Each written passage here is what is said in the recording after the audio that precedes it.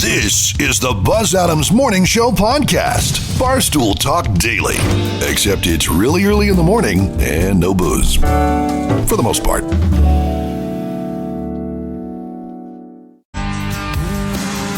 Hey, I wanna be a rock star. The Buzz Adams Morning Show, Monday through Friday, 5 to 10. KLAQ and KLAQ HD1, El Paso, a town square media station. Favorite show. Better be good. Why? Why does it have to be? Why would they keep tuning in? Wouldn't tune in. That wouldn't be a good thing for you. And why is that? Why? Why is that? Because if you don't, you'll miss it. Miss what? Greatest show ever. It's the greatest show of all time. On a Tuesday? I guess we'll find out soon enough. Boom! It's showtime! Get ready. All right, here we go, everybody. Here we go. Now. The Buzz Adams Morning Show is back. Here we go. On 95.5 KLAQ.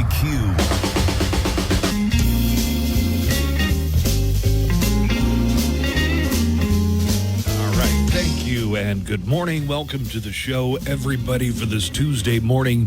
Thanks for joining us today. Good morning, good morning. Good morning, Alberto, who's filling in. Joanna was under the weather this morning. And who's going to turn his microphone up so we can all hear him. Yes, I am. There you go. Got There the you go. Batman call at 5 a.m. Oh, well, Yep. thank you for picking up. Yes, for responding to the Alberto signal. The Alberto signal. Welcome, everybody, to the show. We've got a lot coming up. I'll have a true crime report for you on the way in just about an hour. Tell us about our guest and about the important book that our guest has written. Okay. Well, we have a phone interview with author Casey Michel, who is the author of a brand new book. His first book, American Kleptocracy, was cited by The Economist as one of the most important books to understand foreign money and money in general in American the power of money in American politics. Right. This was considered a very important work. Yes. By Casey Michel. By Casey Michel. And you called him directly because why? Casey and I went to college together. Really? Yes. And now he's an acclaimed author. And now he is an acclaimed author. Yes. How would he do at an open mic, though? He was a funny guy. Yeah? Yeah, he was a really funny guy. I mean, You just knew him from around, or did you room with him, or how close were you? we were close. Yeah. Okay. He was a year above us, and so like I might have mentioned to you before, like our school was kind of student run. Like seniors would take care of the junior classmen and stuff. So he was an upperclassman. That was taking care of us. Okay. So Casey Michel, and he wrote American Kleptocracy, but he's got a new book, and we're going to talk to him about that. Yes. And you can reminisce about your glorious college days. That American gymnast, Jordan Childs, they ain't giving her, they're not letting her keep her medal after all. It'd be too much, I think, to go back and forth. They should have just not switched from the beginning, right? Right, because she came in 5th or 4th. Anyway, she didn't medal, and then they accepted some kind of appeal. It's hard to follow this. I like sports where you win by how many points you got, as opposed to, well, the judges think you did this not quite right. So 0.9. Yeah, that's a 0.3 deduction or whatever. You know what I mean? Just too much is out of the control of the competitors. Yeah. It sounds like it's much more of when you're judging like that, it doesn't seem objective. So right? the Romanian gymnast in the floor exercises who had originally got the bronze now is going to get the bronze back. And the Romanians had suggested letting Jordan Childs keep her bronze.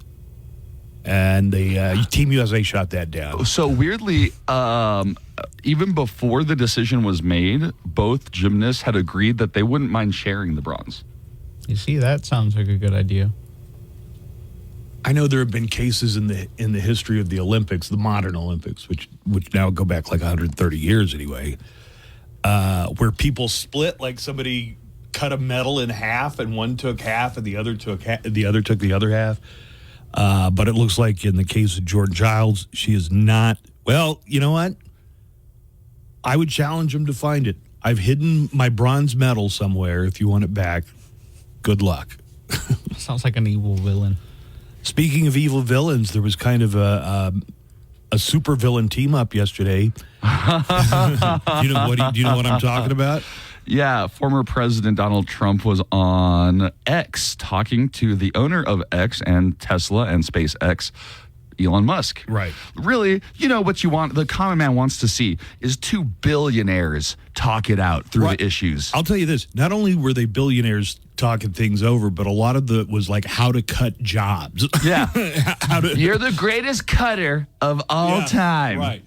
And this is not a joke. They were talking about how great it was, and Elon Musk is telling him how he'd like to go through and just cut out anybody who wants to unionize. Right. Anybody who wants to unionize, you just cut them right off. So I don't think that's going to appeal too much for the labor vote. Don't think so. But we've got some audio from it. Also, wouldn't it have been smarter to get, I don't know, a mechanic to talk to interview you, or a farmer, or somebody other than a billionaire, the richest man in the world? First of all, I'm surprised they were able to find a room big enough for both of those egos to appear in.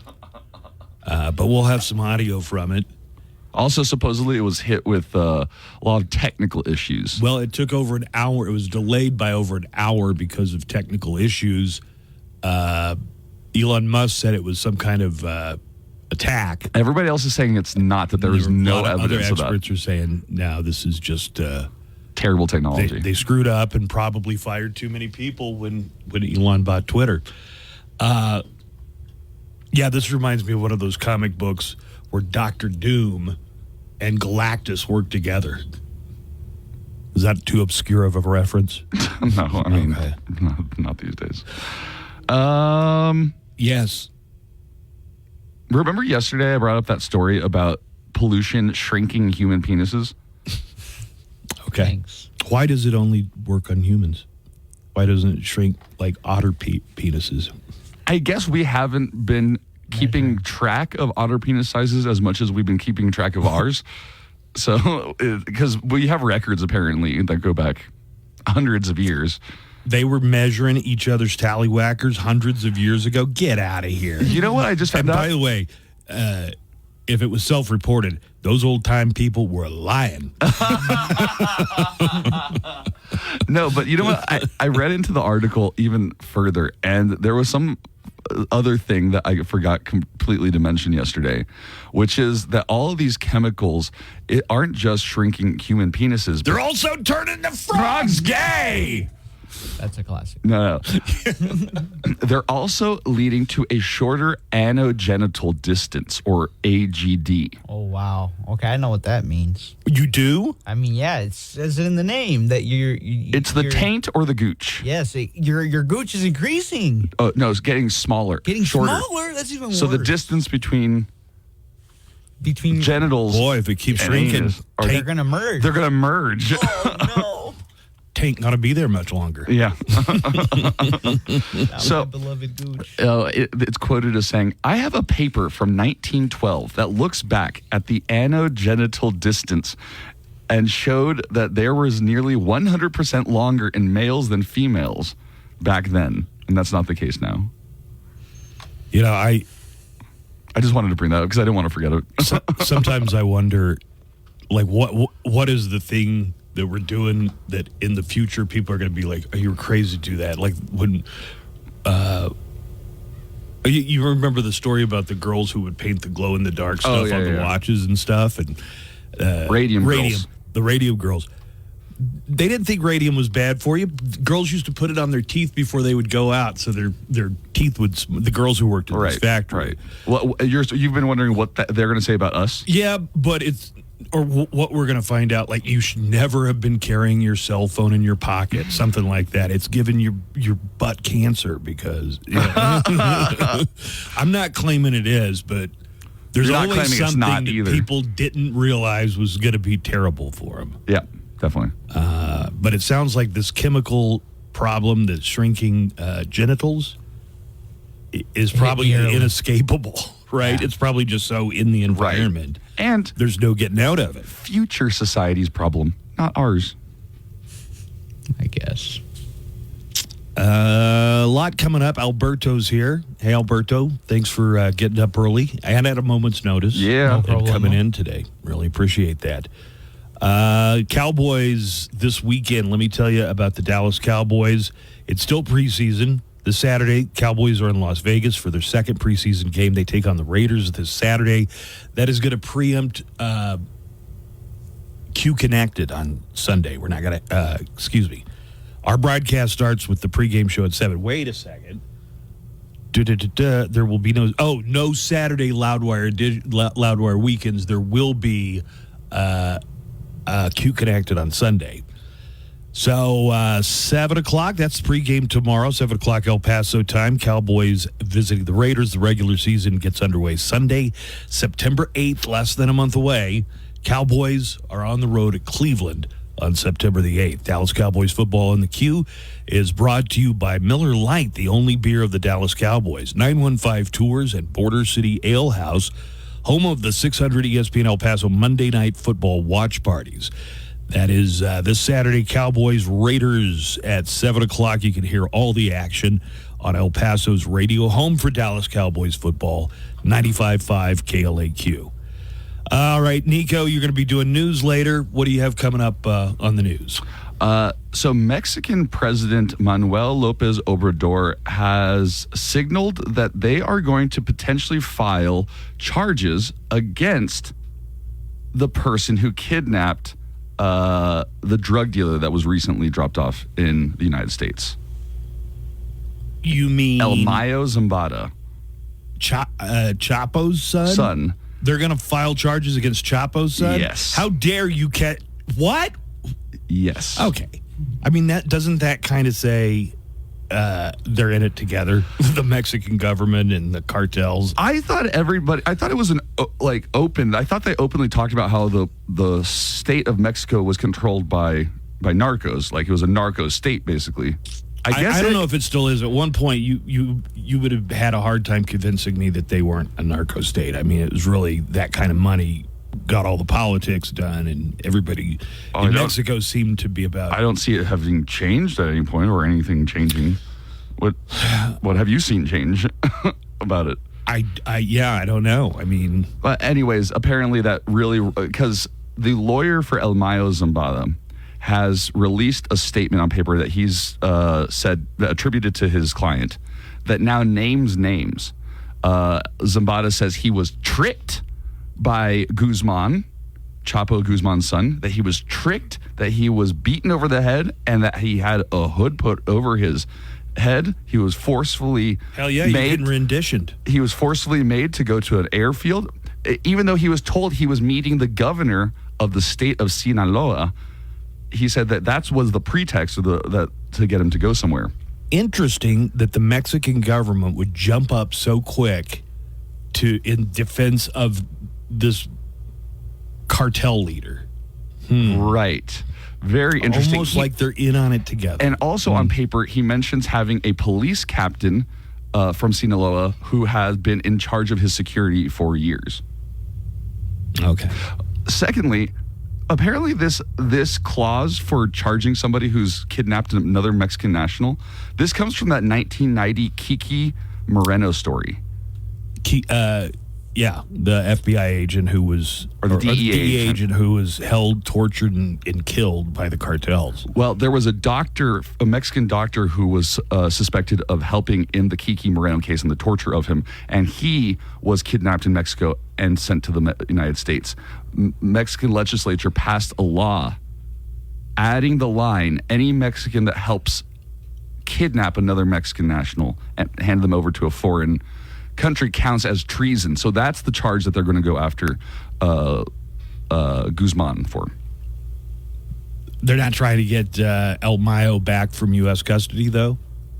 They're not necessarily asking for that. I'd like to see him try, because I think that would be a big laugh in your face moment. Like, really? Yeah. This guy founded the Sinaloa cartel. In a speech, Manuel Lopez Obrador blames the United States for it all and says that this is the type of spectacle that they hope distracts the people from their own addictions. Basically blaming the narco state on American addictions because all of their drugs come here.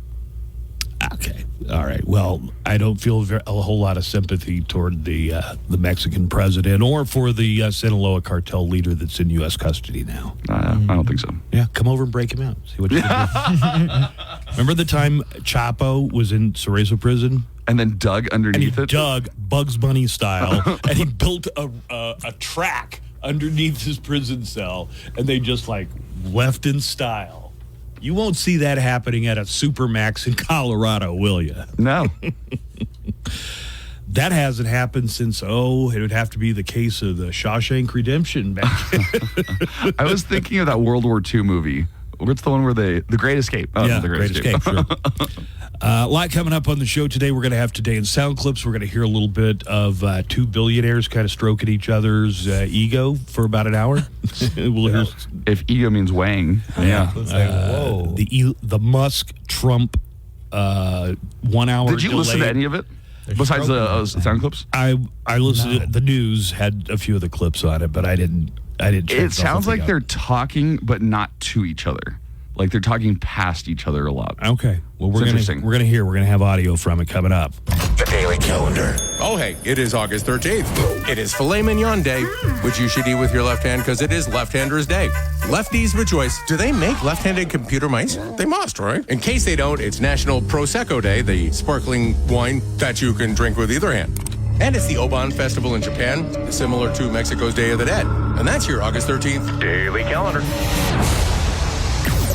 95.5 KLAQ. Shop Macy's and make out Macy's.com/back to school today.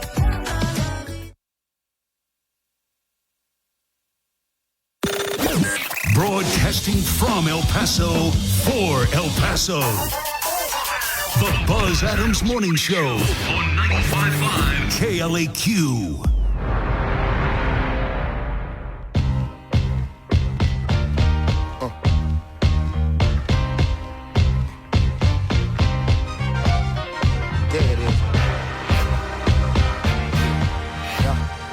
All right, we've got Today in Sound Clips. We'll get into that here in just a few minutes. Here's some highlights or possibly lowlights from Trump's interview with Elon Musk on Twitter yesterday.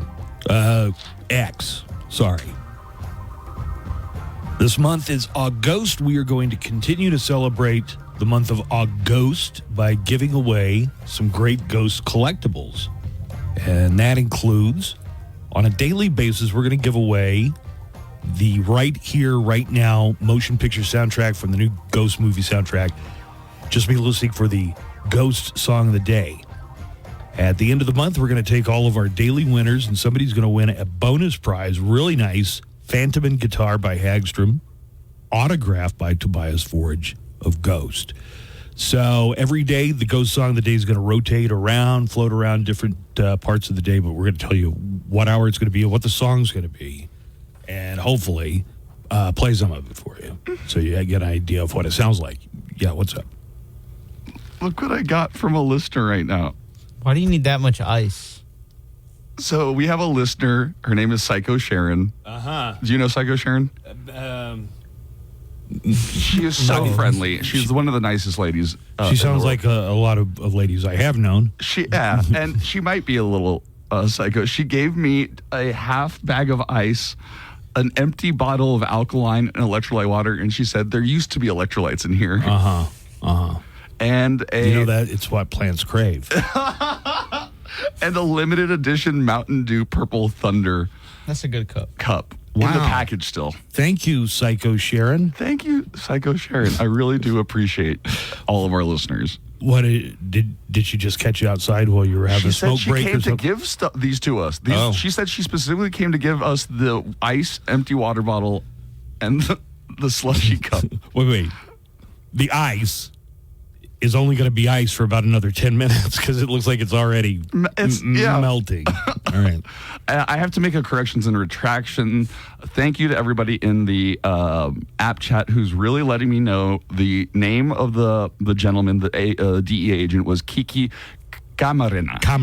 Kiki Camarena. Enrique Camarena. Not Moreno, like I was saying, is Kiki Camarena, and I apologize. He was one of the main characters in one of the seasons of Narcos. Yeah. Not one that I watched, though. I should go back and watch that for sure. I mean, his death was grisly and unfortunately a terrible page in the history of U.S.-Mexico relations. He was an undercover DEA agent who ended up falling into the hands of the cartels, and he would, you can look it up, Enrique Kiki Camarena, and find out that he was tortured to death and killed by the cartels. We have an interesting comment, though, in the app chat. And I want to thank everybody who has the KLAQ mobile app. Keep downloading it wherever you get your apps from, and you can chat directly with the KLAQ morning show. Edgar says that he thinks that they've already tried to get El Mayo back and that the U.S. has already denied that. So he's saying that the last resort for the Mexican government is to charge Guzman Jr. or Chapo Jr. with treason because El Mayo has been talking so much. Zambada has been naming names so much that they're going to just try and discredit him. That makes you wonder, well, are there people in the government, I'm not necessarily saying the president, but people in the government who are worried about what this cartel guy might tell the authorities that might point to them? That might point to them, yeah. Right. It sounds like it, yeah. Or to their allies or whatever. I don't know what's going on down there, but apparently the government definitely plays favorites with the cartels. Right. Almost in a partnership type of thing. It is, by many measures, a narco state. Yeah. Right. Mm-hmm. All right, you ready to get it started with Today in Sound Clips? Let's do it. And now, Today in Sound Clips. All of the day's news with accompanying sound bites and actualities. This is Today in Sound Clips. There's a thing called the Pony Awards, PWNIE. When you pwn somebody. Mm-hmm. CrowdStrike was given the 2024 Pony Award for Most Epic Fail. Yeah, they got us good. And the president of CrowdStrike went and accepted the award and even delivered a speech. Michael Sintonis accepted on behalf of CrowdStrike. They're the company that pushed out an update to their security software last month that over 8.5 million Windows computers crashed. Here is Sintonis accepting the Pony Award on behalf of CrowdStrike. Definitely not the awards I'd be proud of receiving, but I think the team was surprised when I said straight away that I'd come and get it because we got this horribly wrong. We've said that a number of different times, and it's super important to own it. When you do things well, it's super important to own it when you do things horribly wrong, which we did in this case. And we got this wrong, and I want to make sure that everybody understands these things can't happen, and that's what this community is about. So from that perspective, I will say thank you, and I will take the trophy, and we'll put it in the right place and make sure everybody sees it. So thank you. It's like when Halle Berry showed up to accept her Razzie Award for Catwoman. She's like, I deserve this. I get it. Mm-hmm. AI has infiltrated 2 summertime TV shows. New study, though, finds that when companies tack an AI or artificial intelligence label on products, it drives a lot of customers away. Yep, brand trust, I think it is, right? Good. A couple of reality TV shows now have an AI character.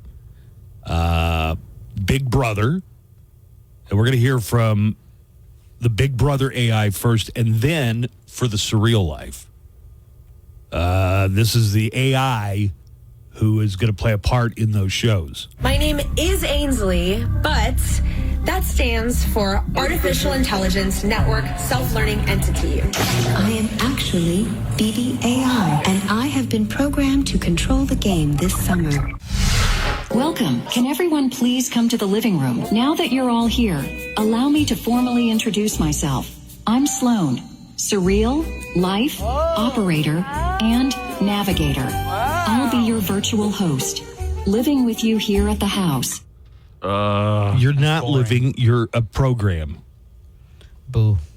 And is it really? I question the authenticity of some of this AI. That it could just be a voice actress pretending to be an AI. That's just a lady. That's a lady in the back. That'd be great. See a human take an AI's job for once.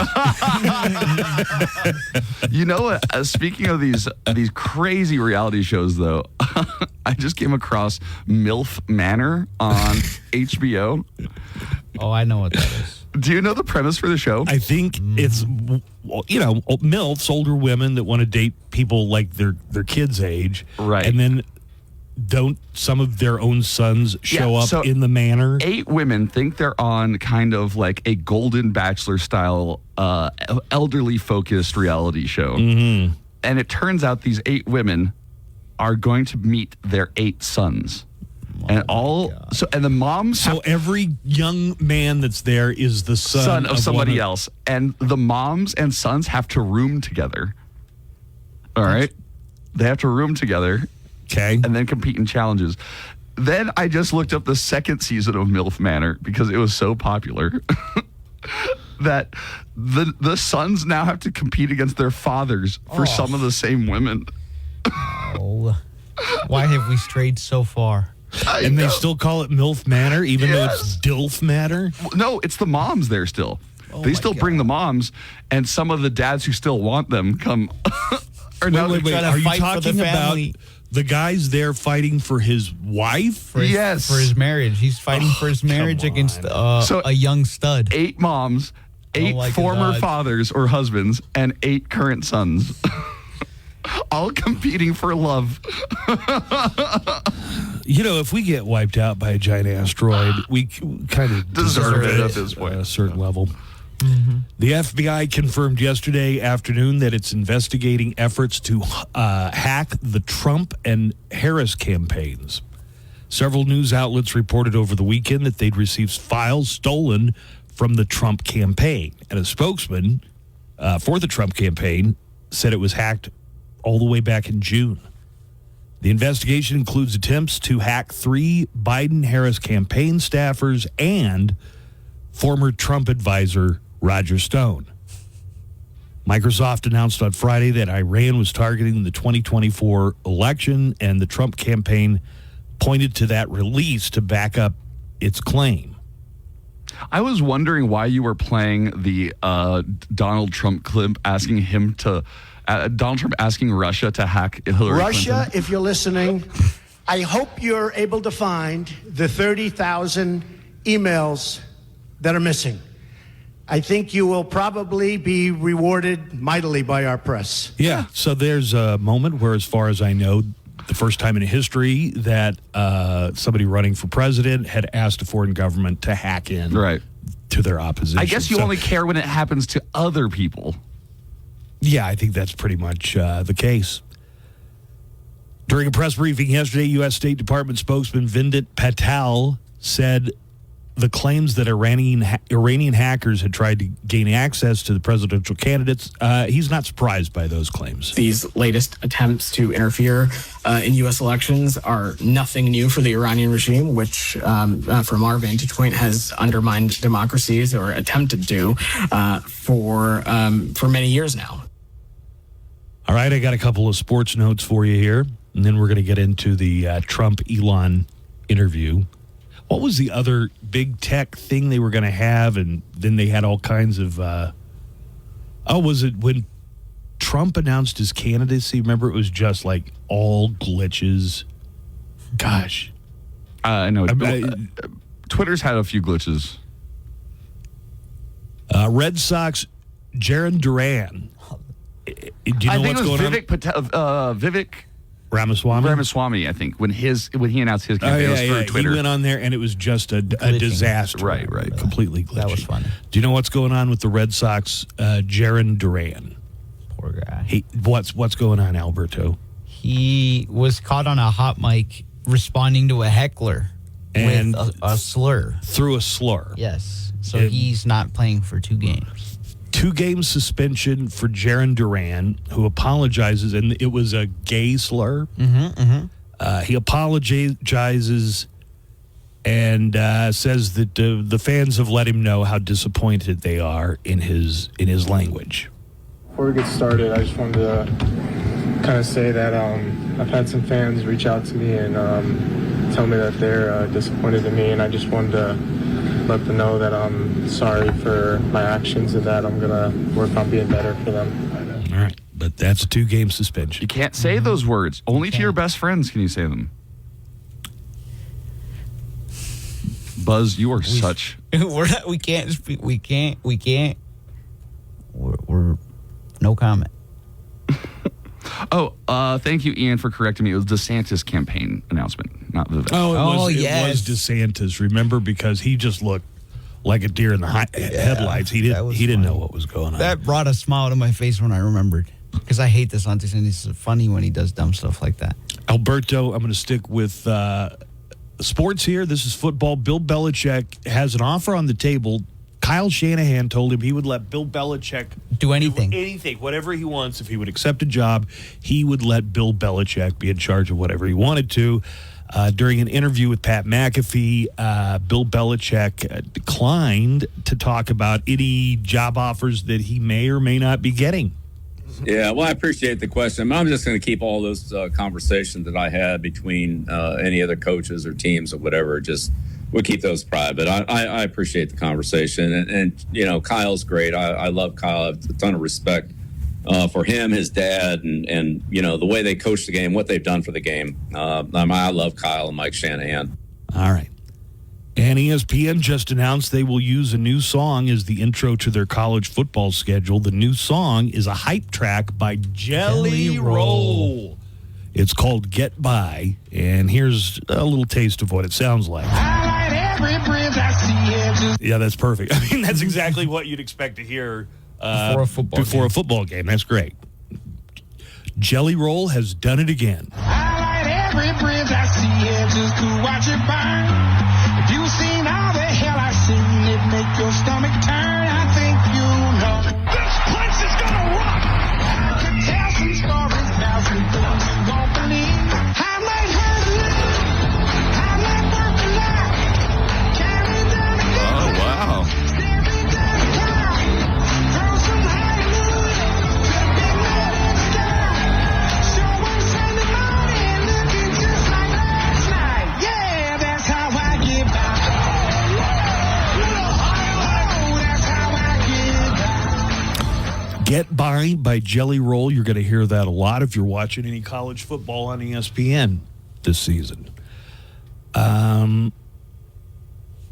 Matt Groening answered questions at a convention. He was asked how the Simpsons keep predicting the future. I think it's the D23. The D23. So here's Matt Groening talking about the Simpsons always predicting what's going to happen. I always write jokes on the things that are supposed to be the most absurd possibility, and it turns out that that's the way the world is these days. So everything seems to come true, but no, it's not intentional. And you know what can I say? Don't stop writing mean stuff about me on Twitter, okay? I've got some of the wildest moments from the Trump Elon Musk interview yesterday, but let me play one clip from that first. Because I see you broke every record in the book with so many millions of people, and it's an honor. We view that as an honor. And then you do want silencing of certain voices. Did he say you do want silencing of? Yeah. Is that what he said? I think that's what he said. Here, according to Huffington Post and their rundown of things, it was 2 hours. Got started an hour late because of technical issues, and they say it was pretty much a bro fest between these two billionaires. Please tell me you have the audio of him telling Elon Musk that that he told Vladimir Putin not to invade Ukraine. Do you have that audio? That's a good one. I don't know. Oh, it is so hilarious. If anything that I don't have in my sound clips, let me know at the end. All right. Musk said that critics shouldn't vilify the oil and gas industry. All right.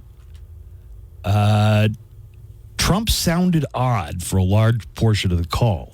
The former president sounded like he was slurring his words for much of the conversation with Elon Musk, although it's unclear if the audio was to blame. Video of Trump speaking that was shared by an ex-employee appeared to show similar issues. And he also talked about what great friends he is with some of the world's most notorious dictators. He said, I know Putin. I know President Xi. I know Kim Jong-un of North Korea. I know every one of them. Did he just get this job the first time so he could name drop people? Maybe. Because it seems like what he does. Also, I wouldn't want to name drop those people. All right. The conversation between Elon Musk and former president got off to a late start last night, with Musk saying it was caused by an attack. My apologies for the late start. We unfortunately had a massive distributed denial of service attack against our servers, and saturated all of our data lines. Musk suggested a government commission on waste, and he volunteered to help. I think it would be great to just have a government efficiency commission that takes a look at these things and just ensures that the taxpayer money, the taxpayers' hard-earned money, is spent in a good way. And I'd be happy to help out on such a commission. I'd love if it were formed. Trump went on to praise Elon Musk as being one of the great cutters of all time, cutting jobs, cutting salaries, cutting the cheese, possibly. Well, you're the greatest cutter. Okay. Got another clip or two to get through here. Trump told Musk yesterday that one of his first acts as he's put in charge is to close the Department of Education. He's going to ditch the Department of Education and turn it over to the states and make it their issue. What I'm going to do, one of the first acts, and this is where I need an Elon Musk. I need somebody that has a lot of strength and courage and smarts. I want to close up Department of Education, move education back to the states. All right. What a dumb idea, right, Alberto? Because people move from state to state. If every state has different standards of education, how would you ever be able to reconcile one record with the other? They'd probably... It would mess things up. Yeah, they'd make you retake classes. Potentially not even count the classes you did take from somewhere. There's already so many disparities from state to state and the quality of your education. You could live in a state that has a pretty good public education. We're talking about public education here. People like Trump and Musk, they've never sent a kid to a public school in their lives. It's nice to see that these two billionaires want to shut public schools down. We've seen this kind of issue before on Twitter, or X as it's known, and previous events where large numbers of people sign up. It looked like the conversation peaked at 1.3 million, but the rough start for Musk. But, in terms of Trump, he has such a smaller audience on his own network, Truth Social. Oh, see, that's the kind of thing that would really stick in Trump's craw. You know what I mean? So it was about 2 hours. We only played a few seconds of clips, so find it, check it out on your own, and find out how now evil supervillains are meeting together in a public forum to talk about how they're going to cut people's jobs.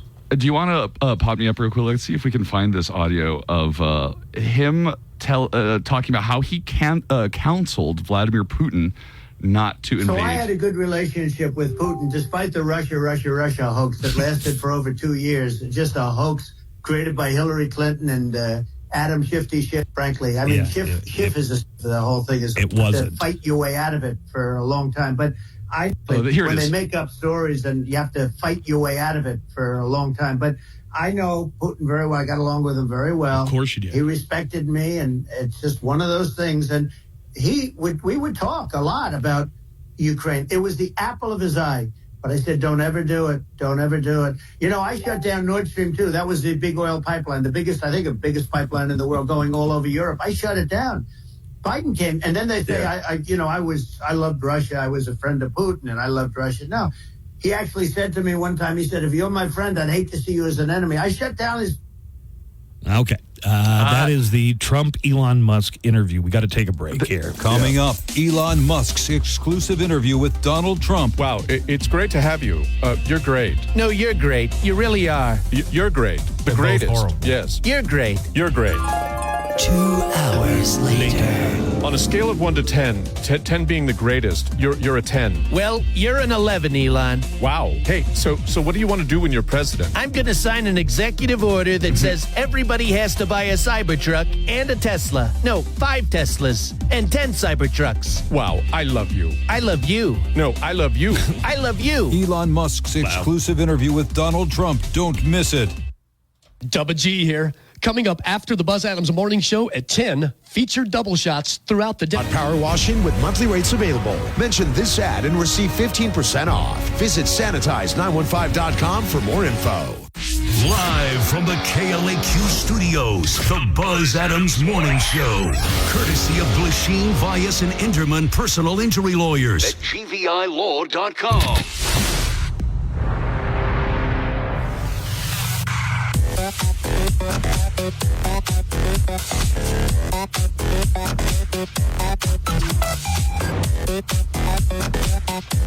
Hey, happy National Left-Handers Day. All you lefties out there. All you southpaws. We're going to have the Mo Show calendar. I've got a list today, since it is Left-Handers Day, of ways the world is just fitted for right-handed people. Aren't you left-handed? No. No? Mm-mm.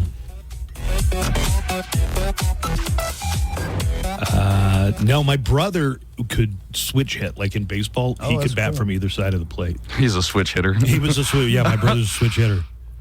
We're going to get to the Mo Show calendar and daily almanac of events coming up here in just a few minutes. So tell us a little bit more about Casey Michel, the author of American Kleptocracy. And what's his new book called? His new book is called Foreign Agents, and it is all about the American foreign lobbying industry. I don't know if you knew this or not, but there are Americans who can register themselves. You can register. You can't do it without registering. You can't be an unregistered foreign agent for a that's, foreign government. Yeah, that's a spy. And a lot of them used to be politicians, right? The majority political careers are over, and they sign up, and I'm going to be an agent of this foreign government. Right. China has them. Russia has them. They're U.S. congressmen, Americans who are working on behalf of that other country. All right. Now, that's something different than what we're talking about. For instance, Bob Menendez. Bob Menendez was doing this. This is why he was hiding the gold bars and the wads of cash in his closet. He was an unregistered. Yeah, that's right. So Casey Michel is going to be on to talk about his new book, follow-up, I guess, in some ways, to American Kleptocracy. Mm-hmm. Are you surprised that I know somebody that of such high pedigree? I am not surprised that there was someone in your circle. No, just at the same school as you who became a best-selling author. I believe you might know somebody who's had a successful career as a writer. That's extremely possible. Let's see. Yeah, let's go ahead and do this. The Mo Show calendar and daily almanac of events. Let's find out more about Left-Handers Day. I do want to bring this up. Texas Representative Henry Cuellar has recently been charged with secretly being a foreign agent. Okay. Ooh. Unregistered. Unregistered. All right. Not good. Who's ready for an awesome day? I should be. I'm left-handed. Are you right-handed or left-handed? She's left-handed. I thought I was left-handed. I'm left-handed. See, I'm a southpaw. Southpaw. Southpaw means you're left-handed. I'm left-handed. It's International Left-Handers Day. Sinister being Latin for left-handed. Raise your left hand. I see you're left-handed. Happy International Left-Handers Day. It's showtime. All right. On the calendar, International Left-Handers Day is today. Birthdays today include Sebastian Stan, the Winter Soldier from the Marvel Cinematic Universe. He's at 42 today. John Slattery, who played Roger Sterling on Mad Men, is 62. And former child star Danny Bonaducci turned 65 today. Danny Bonaducci was on a show called The Partridge Family, Nico. I wonder if you've ever heard of The Partridge Family. Yes, that was a Nick at Night thing. So tell me what you know about The Partridge Family. The Partridge Family was a group of kids and parents that sang together in a band. Yeah, that's right. They would travel around the Partridges, and they'd sing, and Danny played drums. Yeah. At the time, it seemed like a really cool childhood. Now thinking about it, that would be awful. Traveling around the world with your family. With their groupies and their weirdness and all the stuff that comes with being in entertainment, I guess. Jocelyn Elders is 91, the first African-American Surgeon General. Now, she was fired by Bill Clinton, who had appointed her, and it's kind of funny to hear the reason. Bill Clinton named her as the Surgeon General, but she stepped down after it came out that she had written previously encouraging educating kids about masturbation. Like, hey, we ought to be in the schools, we ought to be telling our kids, here's a safe alternative to risky sexual behavior. And Bill Clinton, that's right, of all presidents, Bill Clinton fired her because she had written, maybe, take matters into your own hands. Jocelyn Elders, 91 today. This date in 1521, 503 years ago, Spanish conquistador Hernando Cortez captured what is now known as Mexico City from the Aztecs. Boom.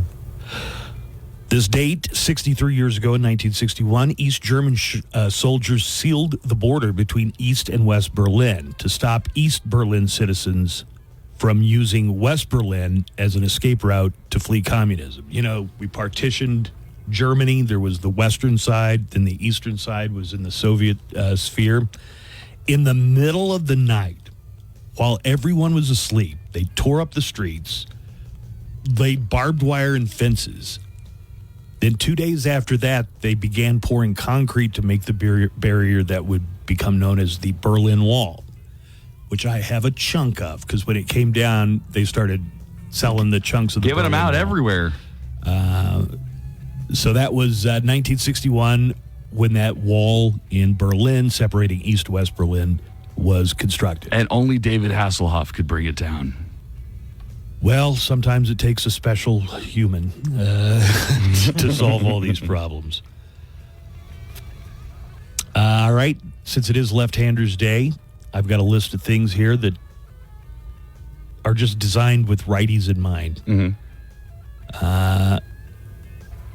1 in 10 people are left-handed, and it might make life just a little bit harder. For instance, zippers on jeans.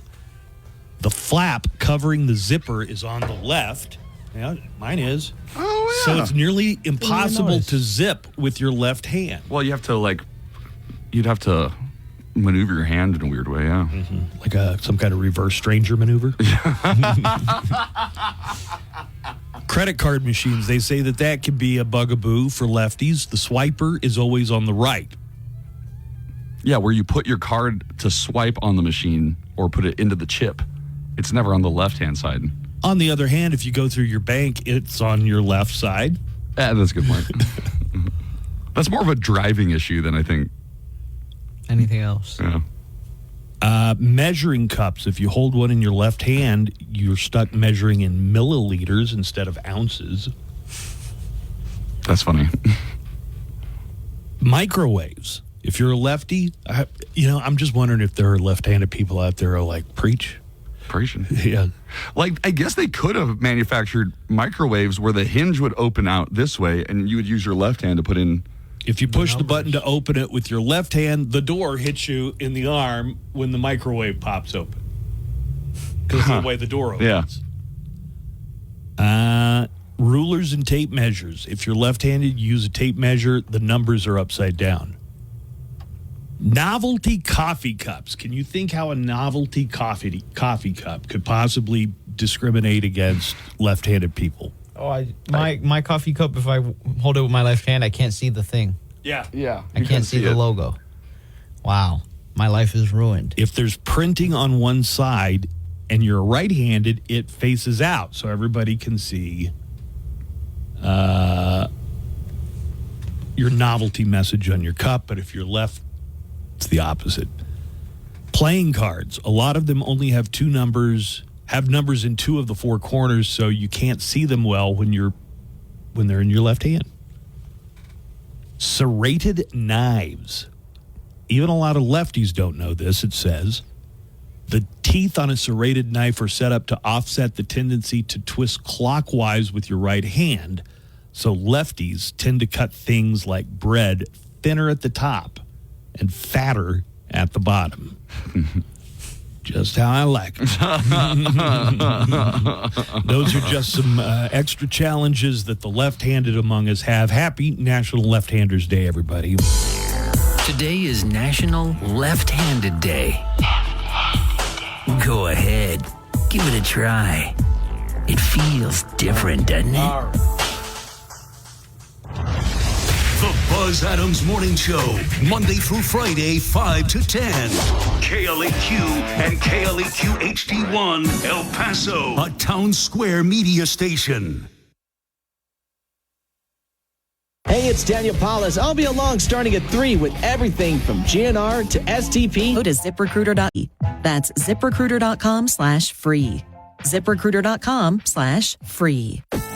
Oh, guess who this is? Buzz Adams and the KLAQ Morning Show. You must be the greatest radio show host ever. Buzz is back. Okay, let's hit it. Coming up later, Casey Michel, the author of American Kleptocracy, is going to be joining us. He's got a new book, and we'll be talking to him in just about 30 minutes. I've got a true crime report on the way in just a few minutes, so we're going to get going with that. About a couple of neckline calls. Nico brought up again the story that he had yesterday about they're finding that chemicals are causing... it's confusing. He says penis shrinkage, but he doesn't mean on an individual level, just like that's the effect that it's having on society. Well, on people that are born because of different chemicals and things. Nico was trying to explain the story about the chemicals. It doesn't make your penis like shrink before your eyes. No. That would be a shrinky dink. Tell that to my wiener. Stupid. But it's talking about the environmental effect on male babies are going to have smaller penises. Yes, and they've already seen it now, starting that babies that are going to be born, are being born with smaller penises. And gooch. And a gooch. Well, the gooch is smaller. Guys, gooch is a crude word. Let's say it. Taint. Grundle. Okay, grundle. All right, here's a call we got about that. I'm glad you guys are bringing it up this morning. The topic is phalluses, and it ain't no cock and bull story you're giving. I think your show rises to the times by mentioning penises this early in the morning. So keep on talking about these members. Keep it up. It is amusing.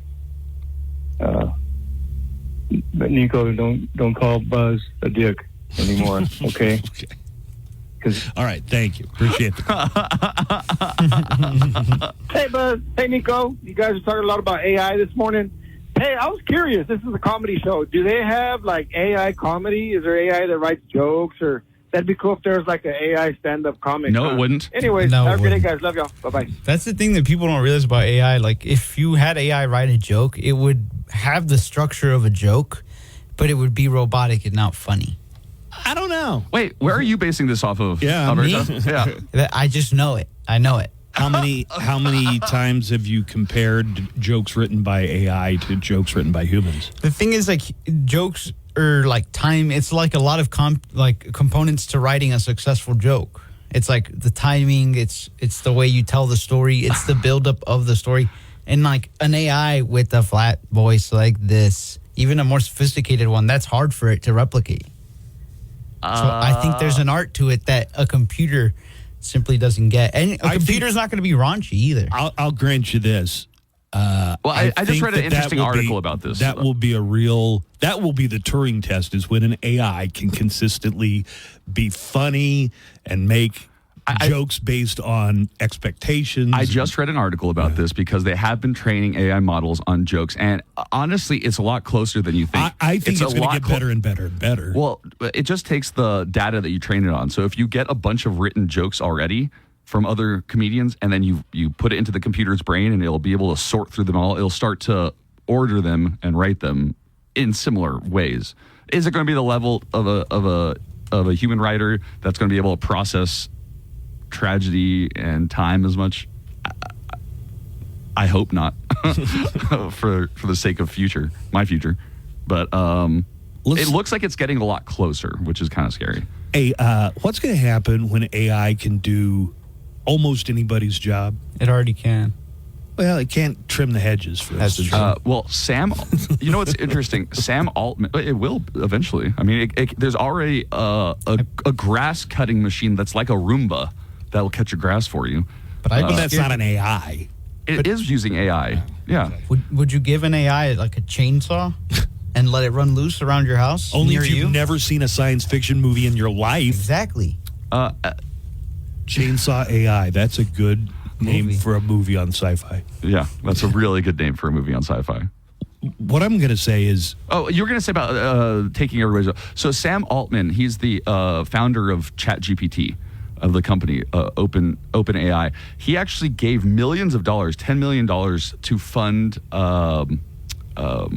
guaranteed income for certain people. Do you know what the guaranteed income is? Yes. The idea is that you are going to have people making billions of dollars, and then you're also going to have a lot of people out of work because of automation, because of AI, because of self-driving vehicles, which are all not that far away, folks, definitely on the horizon. Right. So here's what I would worry about. If you're a billionaire like, who are you talking about? Sam Altman. People are either going to, who's going to buy your stuff? If nobody has a job and doesn't get money, who's going to buy the stuff that makes you a billionaire? And at some point, the people on the bottom are going to storm the castle and behead the royal family. You know what I mean? I think that's why half of these guys are trying to get to outer space. Mm-hmm. Yeah.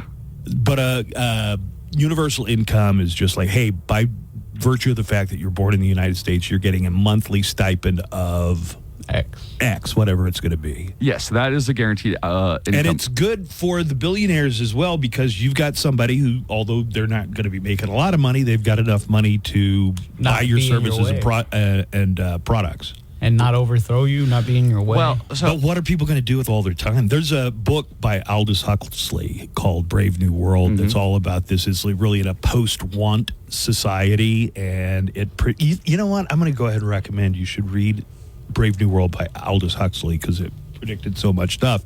People don't have jobs. People, all their needs are taken care of, and everybody does something called Soma, which is a drug that just gives you a feeling of well-being, and that's pretty much the pharmaceuticals that everybody's on today is Soma. So give that a read. Let's do our true crime report, okay? That's the sound of the police. That's the sound of the beast. This is the True Crime Report. Actual crime stories from around the world and across the nation. Stop breaking the law!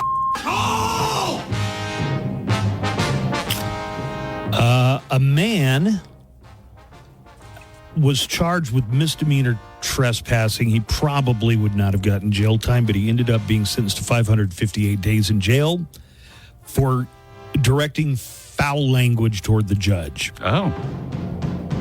man in Michigan named, and I'm not kidding, Daryl Jarrell. Daryl Jarrell? Daryl Jarrell. Julia Gulia. Daryl Jarrell was in court last week. He was almost off the hook for this minor trespassing case, but he decided to give the judge a piece of his mind anyway, and it's going to cost him over a year of his life. Ugh. So I'm going to play the audio here, but what he's saying is, I'm tired of this state. I'm leaving as soon as possible. And then maybe you've seen this on TV or in a movie or something. The judge keeps slapping him with, you want to go for another 30? Fine, that's 30 more days. Here's the audio of Daryl Jarrell mouthing off to Judge Cedric Simpson. It's trespassing. I could technically leave and you guys could issue a warrant as long as I don't return. You can just kiss my ass. I'm going to tell you what. You don't come here and that's contempt. That's another 93. That's another 93. That's 6 93s consecutive. Yeah, I guess contempt of court, you get 93 days in jail. I think it's up to the judge, but... Well, that's another 93. Wait, can you play it again? How many times is he cussing? It's trespassing. Well, I think this is kind of an edited version of it, so you can't really tell how many. But several, enough that he got 558 days of jail time. Just stop. Just stop. You weren't even in that much trouble to begin with. A 46-year-old man in Texas is facing charges for putting fireworks under the toilet seats at 2 different car washes.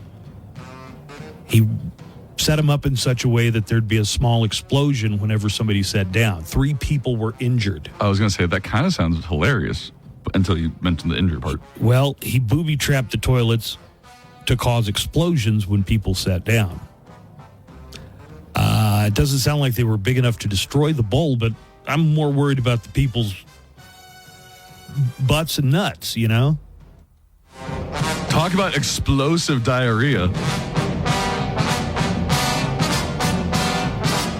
The first incident happened July 20th at a place called Wash Tub near San Antonio. The woman who sat on the toilet was injured, but no word on how badly. But she was very shaken up by it, however, left before the cops arrived. Then 6 days later, there were 2 more toilet explosions at a different wash tub location in San Antonio. The victims this time were a female employee and a young girl. It sounds like they also suffered injuries, but we don't know how severe. Police arrested 46-year-old Paul Alden after security footage showed him walking into the bathrooms right before the explosions happened. He hung around in close proximity to the bathrooms until he heard the blasts and then left.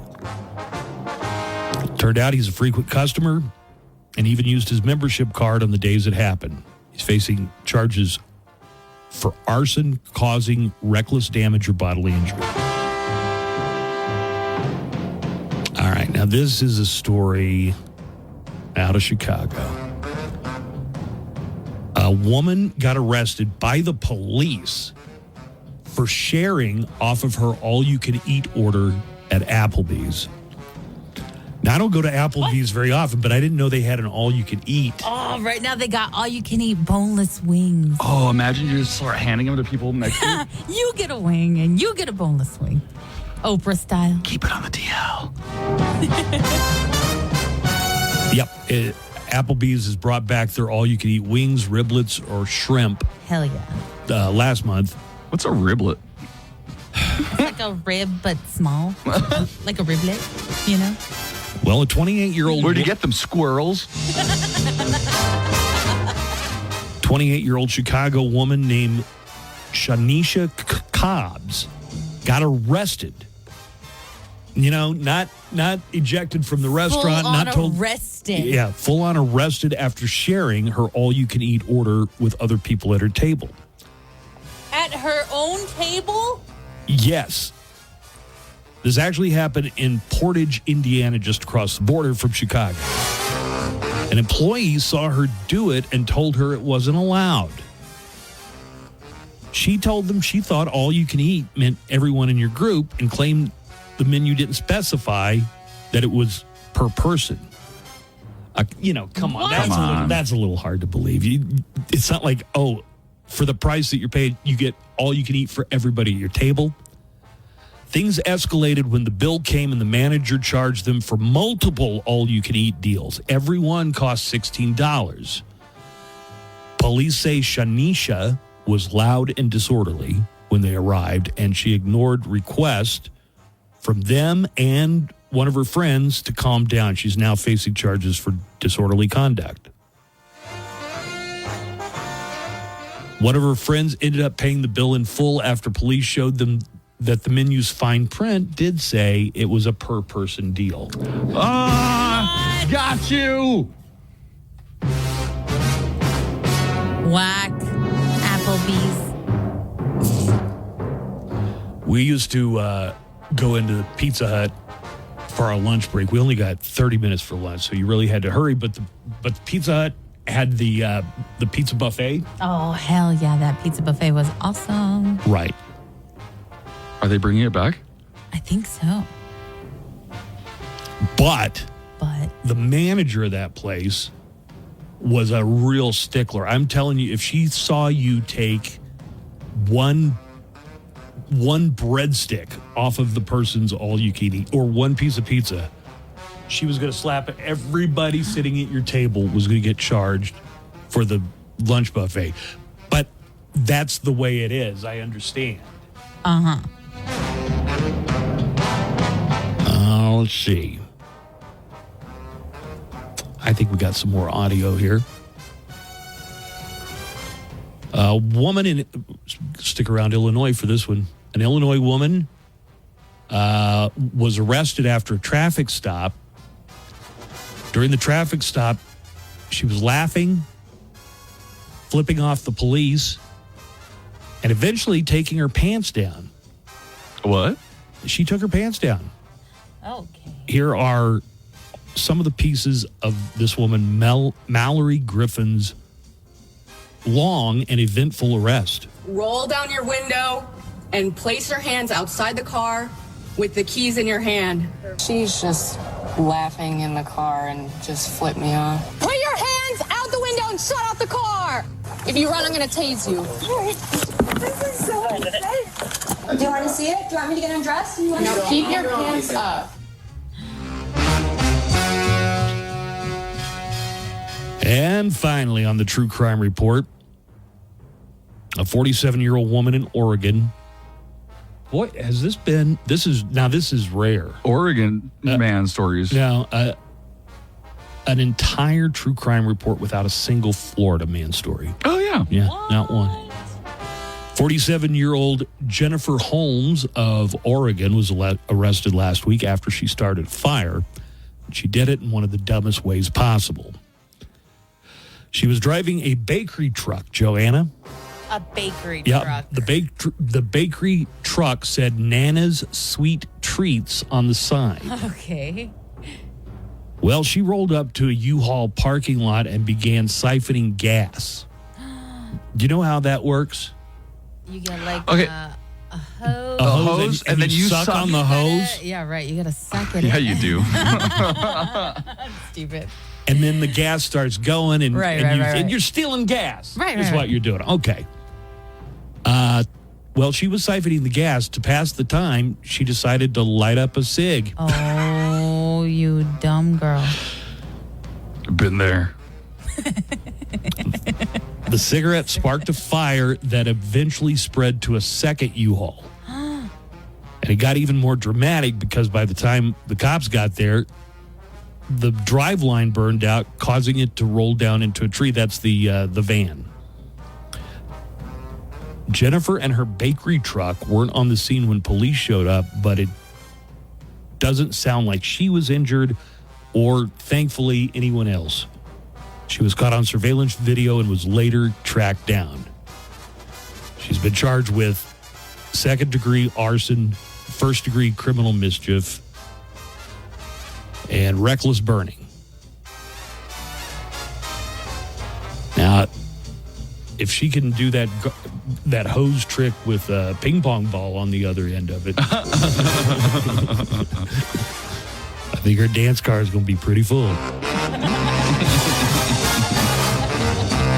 And that is today's True Crime Report.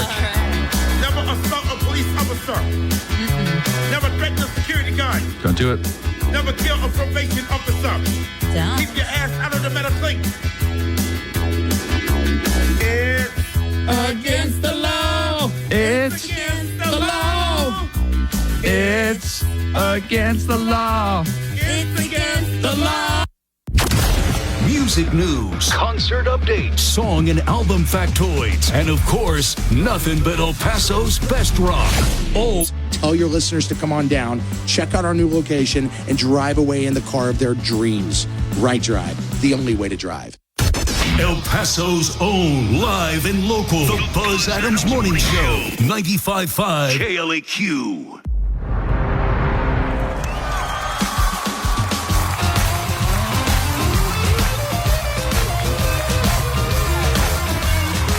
All right, one of Nico's old college chums is going to join us on the show. Casey Michel, who wrote the book American Kleptocracy. That's right. What was your book called? Oh, you haven't written a book. Got him. Of Hard Knocks. That's right. Book of Life. The Book of Hard Jokes. Book of jokes that get me. We got a couple of calls. As soon as Casey Michel joins us, we're going to talk to him about his book. Here's a call that just came in. We were talking about AI and, if it wipes out these huge swaths of jobs, maybe it replaces comedians someday. Right. Or any job. I mean, what are people going to be doing for work? Hey, Nico. Hey, man, y'all brought up a really good point. Billionaires going to making billions, and then it's like, what about everybody else? The people that can be out of work because of automation. Well, I get it. Most of us think in terms of, hey, what about the rest of us? Well, I don't think that the billionaires really care. They don't. You just got to go to any, big metropolitan area outside of El Paso to see it, man. That's why there's so many homeless everywhere. Everybody's just like, well, screw them. And eventually that's going to, work its way up to the working poor, the middle class, the people like me that got to punch in a clock every day. Mm-hmm. I mean, it's happening now. You see these big old houses getting built, these amusement parks, and it's like, who can afford to go to these things? Mm-hmm. Especially in this day and age, these restaurants. Anyways, just wanted to put in my 2 cents. Have a good day, guys. Love y'all. Bye-bye. All right, and another call about this. Hey, but I think you're assuming the best in quality of people wanting to work and do a good job. But if we look what happened when we gave away money during COVID, when they lifted it, everybody was collecting free money. Nobody wanted to go back to work. So I think people are going to get pretty comfortable living in a socialistic AI society where very few people might apply themselves to be something a little bit better. Listen, I know it might sound like sci-fi, but if you in the next 10 years have your livelihood replaced by AI, you will feel how agricultural workers felt 200 years ago when they introduced, like the cotton gin or the wheat thresher. What used to take 100 people to bring a crop in can be done by one person. So jobs have been being eliminated right on down the line for a lot longer than computers have been around. But think of how much more time those crop workers have now. Yeah, to sit and do nothing and get paid nothing, you mean. So here's Casey Michel, who joins as author of American Kleptocracy. Nico, since you know Casey Michel, I'm going to let you do the introduction. Go ahead, shoot. Thank you. Hey, what's up, Casey? Hey, Nico, how you doing, man? Good. It's good to hear from you. Hey, Casey, I'm Good Buzz. To hear you too. Hey, thanks for being here. Happy to be here with you guys. And before we're done, we're going to talk about some serious stuff, but I do want to hear at least one good college Nico story. Boy. I'm not sure there's that many. Were you there when they got me a chicken? I remember the chicken fondly. I do not know what happened to the chicken afterward, and frankly, I definitely heard some rumors, but none of them were ever confirmed. Wait, what happened with the chicken? They got me a chicken. a live chicken? They got me a live chicken. One of the other guys went out to a farm on the edge of Houston and got a chicken, and it was like we were doing like a present swap, and mine was the chicken. And you got the chicken. Yeah. What ended up happening to the chicken? I think it went back to the kitchen. Oh, to the kitchen? I thought you were going to say back to the farm. It could have gone back to the farm. It bought the farm, either way. Did you keep it overnight for even one night? Yeah, we might have. We might have kept it for one night. But anyways, Casey, I have your, your history here from your website, and I just want to go through it because I think there's a really interesting point. First of all, you received your bachelor's from Rice University. You got your master's in Russian and Eastern European Studies from Columbia, and you've written for the Wall Street Journal, Financial Times, all kinds of different great publications, which I'm super proud of you for, by the way. Thanks, Nico. I appreciate it, man. Absolutely. But I love in your description, it says that you worked with Talking Points Memo and Houston Press. You graduated from Rice in 2010, where you taught a course on Batman and served as editor-in-chief of the on-campus newspaper. I took your Batman class. I remember that. Dude, that was a lot of fun. That was great. I'm not going to say I peaked during that Batman class, but certainly doesn't seem like anything that's come since has really topped it. I'm calling you guys today from a stack of Batman comics right next to me. So when I'm not doing, money laundering and dictators, it's nothing but Batman for me. Absolutely. Nice. Yeah, Rice was very progressive. It lets students teach their own courses at some points. All right, so the new book by Casey Michel is Foreign Agents, and it seems like it picks up where American kleptocracy left off. So we're talking about Americans, especially Americans with political power, who work for foreign governments. Which, as long as you announce it, there's nothing illegal about it. Explain it to us, Casey. Yeah, that's exactly right. So what this new book about Foreign Agent comes out in 2 weeks. This is about the foreign lobbying industry. So these are the Americans, usually in places like Washington, D.C., but not exclusively over there. These are the Americans that work in PR firms and law firms and consultancies that act as mouthpieces for, and in many cases, foot soldiers for foreign dictatorships abroad. So think places like Russia, places like China, places like Iran, Venezuela, so on and so forth.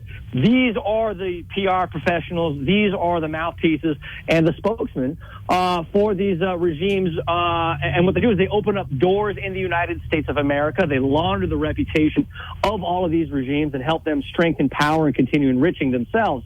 And at the end of the day, they end up affecting American policy to tilt American policy to make it more favorable to these dictators around the world who are, again, some of the worst people on the planet. And you have these whole fleets of Americans that are helping them strengthen their rule and open doors for themselves in the United States of America. Casey, I thought it was interesting. You gave us a little one sheet before, and in it, you give the history of the foreign lobbying industry as somebody named Ivy Lee starting. Can you just kind of start there? Sure, yeah. This guy was absolutely fascinating. He worked and lived about a century ago, and he's remembered to this day as the so-called father of the public relations industry. And, he worked with some of the tycoons and the politicians of the day. He worked with the Rockefellers. He worked with Woodrow Wilson, many others. He kind of created the playbook for public relations as we know it. What ended up happening with him, though, is he ended up realizing there were far more clients abroad than just in the United States of America. People that were looking to whitewash their reputations and regimes that were trying to open doors again for themselves in Washington, D.C. and in the United States. And so what he ended up doing was not just working for Americans, but he went to Rome and he ended up working for Mussolini. He went to Moscow and ended up working for the Soviets.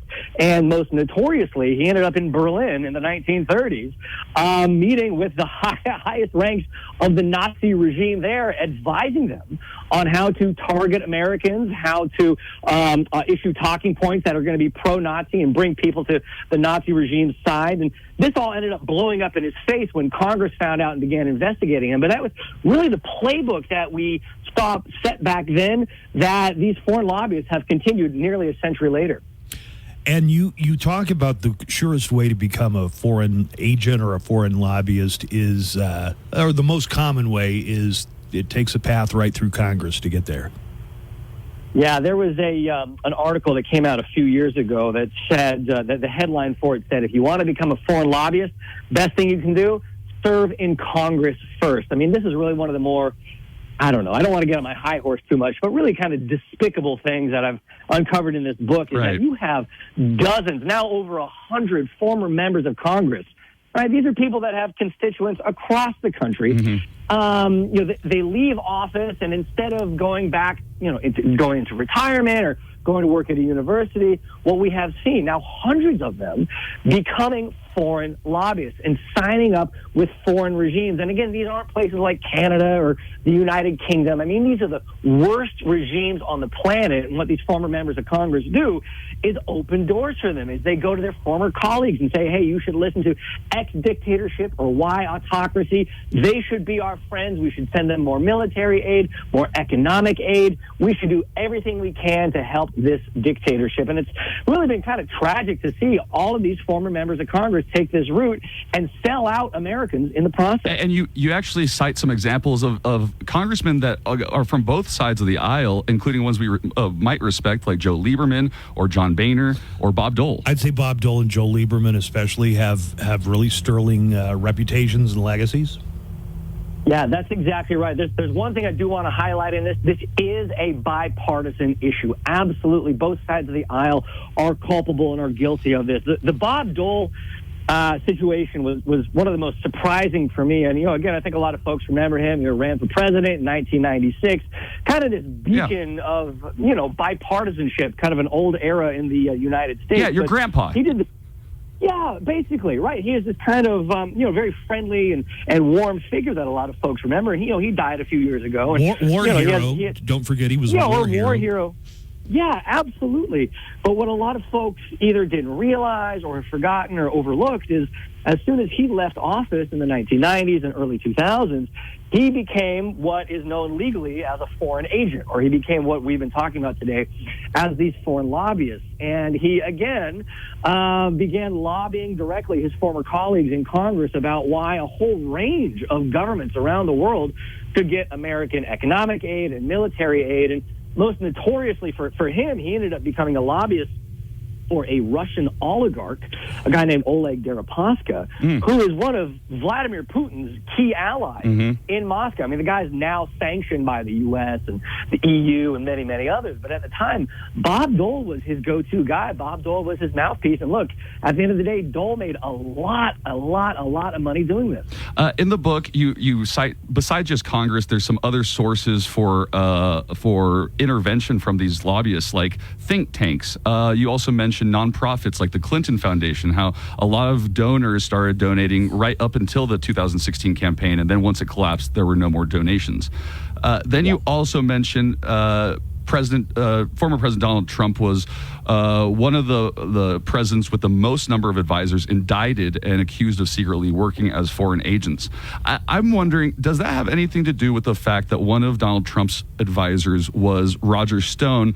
And did Roger Stone and Paul Manafort kind of start the new generation of lobbying? Nico, that is a great question.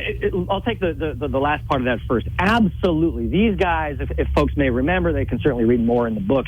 The 1970s, 1980s, lobbying was kind of this backroom, back channel thing. No one was really involved. No one was really paying attention. And what figures like Roger Stone and Paul Manafort, who met one another either in or directly after college, I mean, they go as far back, Nico, as you and I go. Yeah. What they realized is, oh my God, there is so much money that can actually be made in lobbying. And so what they ended up doing is not only consulting and advising politicians that were running for office and then getting those politicians in office, but then they went to other clients in the private sector and said, hey, look, we can go lobby those politicians directly, the ones we got into office. Now we can go lobby them on your behalf. And they really created this kind of closed loop, this closed system where they were making money hand over fist and really creating the modern lobbying industry as we know it. There's another researcher that I cited in the book who says these guys really created the swamp as we know it, right? And this has been going on now for decades. And Nico, maybe you saw Paul Manafort himself. He popped up just a couple weeks ago at the Republican National Convention, hanging out and schmoozing once again. Looks like Paul Manafort is back. And they lobbied for people like Saddam Hussein and some terrible dictators, right? Yeah, they did. I mean, I think one of the I don't know if it's funny or sad or some combination of both, but there was another journalist back in the 1990s who went to one of these foreign lobbyists posing as a German neo-Nazi and saying he had a party that wanted to take power in Berlin once more and, invade Poland and kick out the Jews and so on and so forth. And he found one of these American foreign lobbyists and said, look, I would like you to lobby on my behalf in Washington. What will it take? And this lobbyist said, it's only going to take a little bit of money. I'm going to be happy to do it. I would sign up the devil if he came calling. It's just business at the end of the day. Now, who was the person who made that statement? Who was the American? That was a gentleman named Edward von Kloberg, who, as Nico just mentioned, he also represented Saddam Hussein. And I think the thing that's most memorable for me about him is that in his bathroom, he had photos with him and dictators around the world plastered to his bathroom walls. I don't know why he chose his bathroom to do that in, but that's what he had in his house. Okay, so taking money, especially illicit money, is something that I think is more top of mind because of New Jersey Senator Bob Menendez and the gold bars and all the cash stuffed in his wife's shoe closet. Is that what you're talking about? Or that's just, he hadn't declared he was a foreign agent in any way. You can't do it while you're serving, can you? It's so funny because I wrote this book 2022, 2023, and I was basically done with it. And then these Bob Menendez charges came out. And I'm still trying to wrap my head around the fact that one of the most powerful senators in America was indicted and then just a few weeks ago convicted for being a foreign agent. Shout out to Bob Menendez for making this topic so topical. No, you're exactly right. People in Congress, those in the House, those in the Senate, they are legally barred from acting as lobbyists and acting as foreign agents, foreign lobbyists. They cannot do that, which is what Bob Menendez ended up getting tripped on. And that was the first time in American history that we have seen a member of the Senate, a member of Congress, not only indicted, but then convicted on these charges. And I did want to flag one thing. I know we're talking from El Paso today, but there's another member of the House of Representatives from the great state of Texas, a gentleman named Henry Cuellar, who folks may have seen just a few months ago, the same exact charges of working as a foreign agent, not for a Russia or a China or a major country around the world, but the small post-Soviet dictatorship of Azerbaijan. He and his wife allegedly took in tens of thousands of dollars, all under the table, all not reported, so that Cuellar would push pro-Azerbaijan interests in Washington. Again, not reporting to his constituents in Texas, but reporting to a dictator in the country of Azerbaijan. And that is extremely illegal or just sort of illegal? I would say extremely. Look, I'm not a lawyer, but I would say that is highly illegal. Highly. And again, America is almost 250 years old. We've never seen until the last year or two something like this, and it is just breathtaking that it's gotten this far. Casey, I'm having such a good visit. I don't want to cut it short, but I got to take a commercial break. Could you stick around and do one more segment with us? Because I got a lot of questions to ask. All right, Casey Michel, the author of American Kleptocracy, and a new book, kind of a follow-up, Foreign Agents, is out in 2 weeks. We'll come back. We'll try and get the finer details of the chicken story when we come back with Casey Michel. And more of the Buzz Adams Morning Show on the way right after this. Artist interviews, Zoom music discoveries, celebrating artists' birthdays, commemorating releases, champion of all things rock. Requires eligible plan coverage and other restrictions apply. Visit att.com/one network for details. Live from the KLAQ studios, the Buzz Adams Morning Show. Courtesy of Glasheen, Vyas, and Enderman personal injury lawyers at GVILaw.com.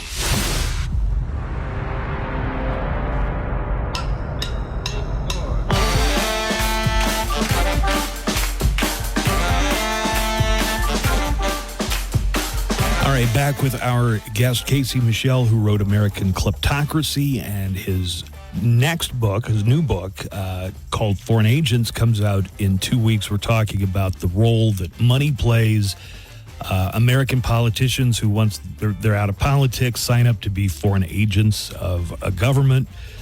Here's a call, Casey, that we had come in during the commercial break. see if everybody can hear this okay. Morning, Buzz. Man, I ain't no political science major, but this guy just described Donald Trump. Well, I mean, what other president you ever heard say that Putin's a swell guy and Kim Jong-il or whatever? I mean, just think about it. Anyways, have a good day, guys. Bye. Yeah, you know, I want to touch on something just to say that this is not, I mean, it's a partisan issue in that people are guilty on both sides. Yep. Yeah. So let me lay out the scenario. So, somebody who's not an elected official but is related to an elected official, and I want to ask you specifically about Joe Biden's son, Hunter Biden. Now, I don't know what he did or what he didn't do, but it seems like his main qualification was he was the son of the former vice president, current president, and that these different foreign interests were just giving him jobs, giving him money and titles, hoping to use him as influence. I mean, that's what it seems like to me anyway. Yeah, but look, you're exactly correct. I mentioned Hunter Biden and some of his foreign work in my my book itself. It is clear as day that the only qualification he had for being hired by some of these governments, some of these oligarchs in places like China or Ukraine or Romania was exactly that, because he was the son of the former vice president and obviously now President Joe Biden himself. And I do think Hunter Biden kind of encapsulates that phenomenon that we've been talking about today, that it's not hiring these individuals or these firms necessarily for their legal expertise or even for maybe their kind of communication specialties, but because of who they know and who they can open doors for. In Hunter Biden's case, of course, that being the most powerful member of the American government, the sitting American president. Now, of course, we don't have evidence that happened, but that is as clear as day what these regimes were trying to do. Well, I don't know if it's evidence, but it's like, walks like a duck and quacks like a duck. Yeah. And he was getting all these high-paying positions. And I know this little tidbit of history. During Carter's administration, his brother Billy Carter, Jimmy Carter's brother Billy, went over with a group of, I forget which country, but and basically started working for him. And I don't know if they paid him in beer or not, but they were going through Billy Carter to get their agenda across to the United States. Yeah, look, Hunter Biden is he's a poor replacement for Billy Carter. Certainly what I know about Billy. But I was going to say, Buzz, to that point, I think it was the regime in Libya. Yeah, it was under Gaddafi, of all places, that got Billy Carter. And I guess they just called him up. He didn't run it by Jimmy. He just went with it, and they had to tell him to stop, which I think is the real solution. If we've got an elected official in a position as high as the president, it's incumbent upon them to tell their relatives, don't. Yeah. Knock it off. Stay away. If you do this, you're off the Christmas list. 100%. Again, I think, Buzz, that gets to the point that the scandal here isn't necessarily what is illegal. The scandal is what is legal. I mean, Hunter Biden and family members of all kinds of officials, they can do this perfectly legally, and again, they can make millions of dollars in the process. So, Casey, I like how you smartly planning to release the book in 2 weeks before the election, not 2 weeks before the election, but in 2 weeks, and it's before the election. Be a week after the Democratic convention. So. Do you make any predictions in your book about how this is going to impact this election? Do you have any personal predictions? No, look, what's the famous quote from Yogi Berra? Prediction is hard, especially about the future. I have absolutely no idea what to expect. I do think that if we do circle back to what the caller said a moment ago, certainly we have never seen a president and then obviously now candidate like Donald Trump in terms of foreign financial entanglements and in terms of the financial avenues that are open for foreign regimes to target him, his administration, his family members, and so on and so forth. I mean, I've already lost track of all the regimes around the world, whether out of Russia, out of China, or Kazakhstan, or Indonesia, or Malaysia. The list goes on and on and on that he either has investments or financial links with. I do think it's worth flagging. In all my research, I haven't seen anything as it pertains to Kamala Harris's foreign financial links. That's not to say they don't exist, just that I haven't seen any of them. But if Trump does end up back in the White House, that's going to open up a whole range of new avenues for these foreign regimes to target the highest rungs of American policy making and to target the American president. Right. You could be a dictator and just buy a $1 million membership to Mar-a-Lago and then get to go hang out there, right? 100%. You could buy in Mar-a-Lago. You could buy one of his condos in any of his buildings. You could even offer a contract for a brand new Trump building in whatever the country may be. Again, it's this whole world of opportunity that will open up for these foreign regimes. And unfortunately, thanks to a whole range of things like anonymous shell companies and anonymous investments, we only have a little bit of an insight into what happened during Trump's first term. But we do know, again, places like Qatar, places like China, places like Azerbaijan, again, dictatorships around the world spending millions of dollars on Trump properties and at Trump investments. Look, I think at the end of the day, the money speaks for itself about what these regimes were trying to do. You have a blurb for your new book from somebody that I really consider an American hero, Lieutenant Colonel Alexander Vindman, writes that about Casey Michel's book, Foreign Agents. Michel's writing has shown again and again the subterfuges and secrecy at the heart of how money moves through the financial system, and does it with panache, wit, and a blessed aversion to jargon. Okay. Yeah, Casey was never good at big words. That's true. Yeah. Casey, I want to share with you that I know we're talking about people either connected to people in power or people who were elected officials. I'm a golf fan. I like to watch golf on TV, but I cannot watch this new Live Tour because I feel like it is just whitewashing and PR for the Saudi regime that chopped up an American journalist. And I just cannot sit there and watch athletes hit a golf ball knowing that they're basically running cover for people like that. But I don't think you're the only one who feels that way, and I don't think you're the only one who's going to turn the channel when a live golf tournament is on. It has been remarkable to watch that investment, not only from a strategic perspective for what the Saudis are trying to do, but even from the kind of pushback that they have received. There have been congressional hearings, congressional investigations, and I don't need to tell you, the golf community is up in arms. I don't know if I can swear on our talk today on live radio, but the quote from Phil Mickelson comes to mind. And of course, Phil Mickelson being one of the faces of Live Golf. Mm-hmm. He described the Saudis as scary mother effers,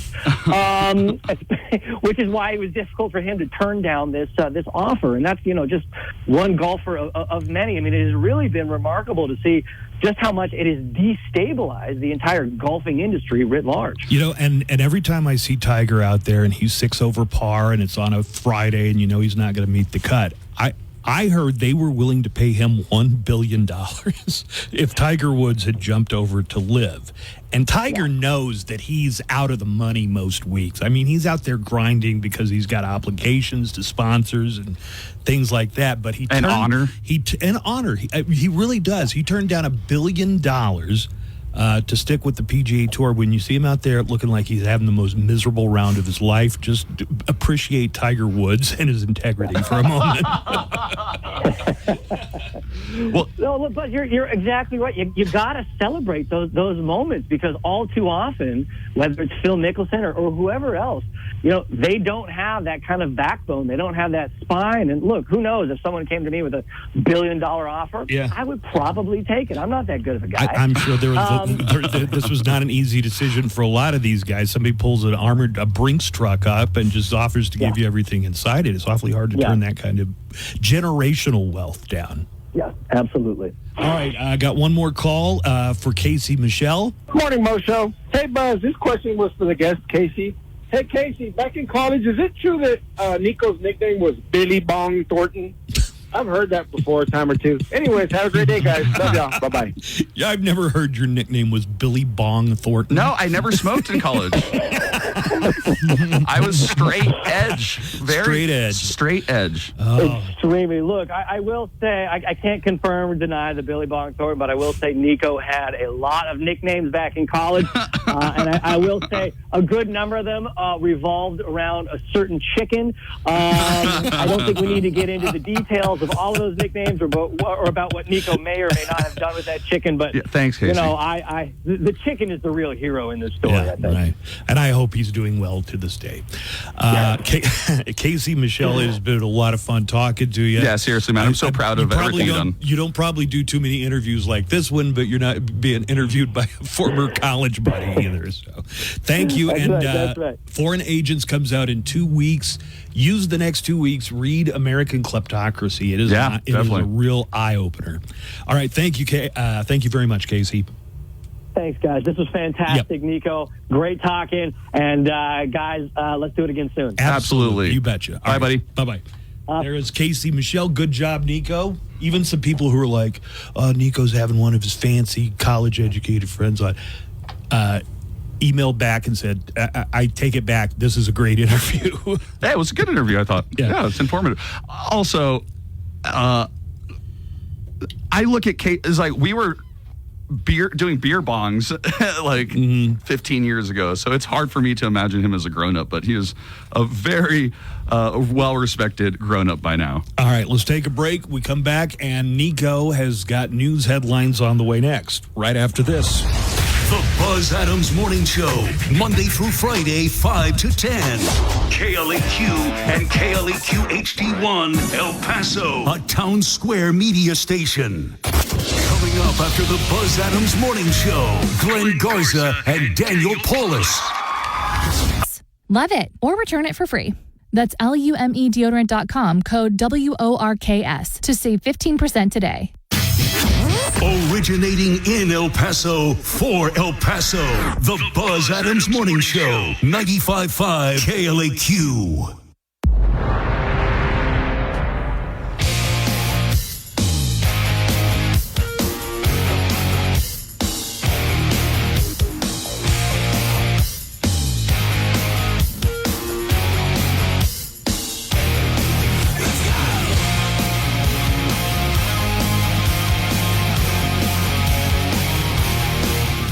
New book from Casey Michel, Foreign Agents, will be out in 2 weeks. And he had previously written the bestseller American Kleptocracy. Hailed as an important book on the way American government works and the way that it dysfunctions. Yeah, who knew he was a good writer? Let's go ahead and get to our news headlines. Joanna is out today, and hopefully will be feeling better tomorrow, but filling in with the news today. Oh, wait, you normally do the news, right? I don't know what I was doing. Joanna does the Hollywood Cheesemate. You do the news. I knew that. Good morning. Billy Bong Thornton. All right, people. Woo! Weather's good. How long till we get this thing started? And with your morning news, here's Nico and Jimmy. Good morning, Nico. Good morning, Buzz. Good morning, Alberto. Good morning. Well, the FBI confirmed yesterday afternoon that it's investigating efforts to hack the Trump and Biden-Harris campaigns. Several news outlets reported over the weekend that they had received files stolen from the Trump campaign, with the spokesperson for his campaign saying it had been hacked in June. The investigation includes attempts to hack 3 Biden-Harris campaign staffers and former Trump advisor Roger Stone. It wasn't revealed if any of the hacking attempts against the Biden-Harris campaign were successful. Microsoft announced on Friday that Iran was targeting the 2024 election, and the Trump campaign pointed to that release to back up its claim that they were responsible. When asked about Iranian hackers' efforts to interfere with U.S. elections, U.S. State Department spokesperson Vedant Patel said the department has been warning about Iranian efforts against the elections for a while now, and that the news was no surprise to him. Here he is talking during a press briefing just yesterday. These latest attempts to interfere in U.S. elections are nothing new for the Iranian regime, which, from our vantage point, has undermined democracies or attempted to for many years now. And how many steps are you forced to go through to cancel a subscription? Well, if the Biden administration gets its way, the answer will be only 1 or 2. The administration is going to work through the FTC and the FCC, the Federal Trade Commission and the Federal Communications Commission, to ask companies to make it as easy to cancel subscriptions as it is to sign up for them in the first place. They do not do that. They intentionally make it a rigmarole. Like, this is the greatest policy that they could have come out with. $4.99. If he's able to get this one done, put him on Mount Rushmore. Put Biden over there right next to Teddy Roosevelt. White House domestic policy advisor Neera Tanden told reporters on a call that for a lot of services, it takes 1 or 2 clicks on your phone to sign up. It should take 1 or 2 clicks of the phone to end the service. The new regulations were announced yesterday, but will take anywhere from weeks to months to go into effect. There's a thing I call zombie subscriptions. Yes. And that's where you sign, and it just keeps renewing, whether you want it to renew or not. Whether you don't know you have them. And sometimes it'll, you won't get the subscription, and then you come to find out weeks or even months down the road, it never really canceled. They just, quit telling you. Yeah, they just quit. They're still billing you the whole time. So you just got to interview the editor-in-chief for Condé Nast and Yes. Michael Wolff, right? Mm-hmm. And I almost wanted to bring up, hey, can you help me cancel my Condé Nast subscription? Because it keeps renewing every year. It's like $100 a year, and I don't know why. Dude, the fact that you had a subscription to Condé Nast. Well, no, Condé Nast has multiple magazines. I mean, everything from... Yeah, but Condé Nast is for, like, jet-setting international travel and food. They have, it's like 4-star restaurants. You really are... Maxim and FHM, and they have all kinds. Okay. Which one did you have a subscription to? Maxim. Whoa. They don't still make Maxim. Okay, it's GQ. I'm sorry. Wow. Well, the area of California from Los Angeles to San Diego received a good shaking yesterday afternoon by a 4.4 earthquake. The quake was centered near Los Angeles and the neighborhood of Highland Park and was felt as far away as 100 miles. The good news, aside from a burst pipe at the Pasadena City Hall building, little damage was reported. The quake struck on the first day of the new school year for the LA Unified School District, which has over 500,000 students enrolled, and less than a week after a 5.2 quake already hit Southern California. Do you want to hear an ESPN reporter who was doing a live interview when that earthquake hit Los Angeles yesterday? I'd love to. This is Malika Andrews, and I think this is a pretty good example of how you handle things like a broadcast pro. And it was so much fun to see, particularly the crowd sort of getting behind as we have a bit of an earthquake here in Los Angeles.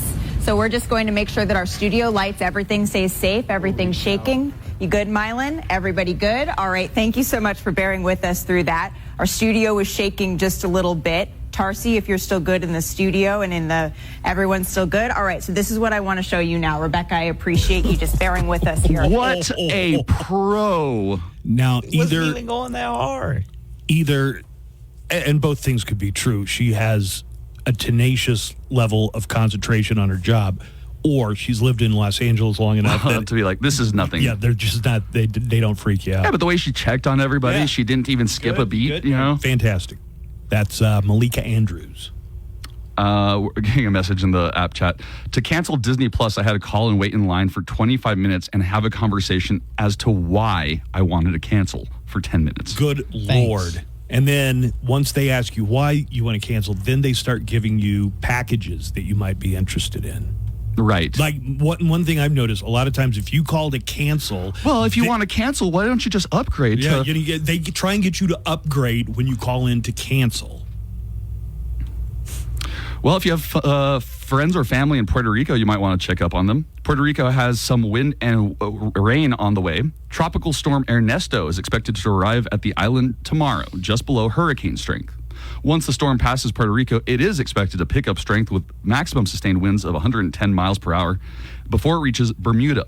The path of the storm north through the Atlantic means that the U.S. mainland hopefully won't see any effects. I got a call here about the cancellation. All right. So Biden wants to make it so that if it only takes a couple clicks to cancel a subscription. What is up, Mo Show? Hope you guys are doing well. It's Wrestler Guy.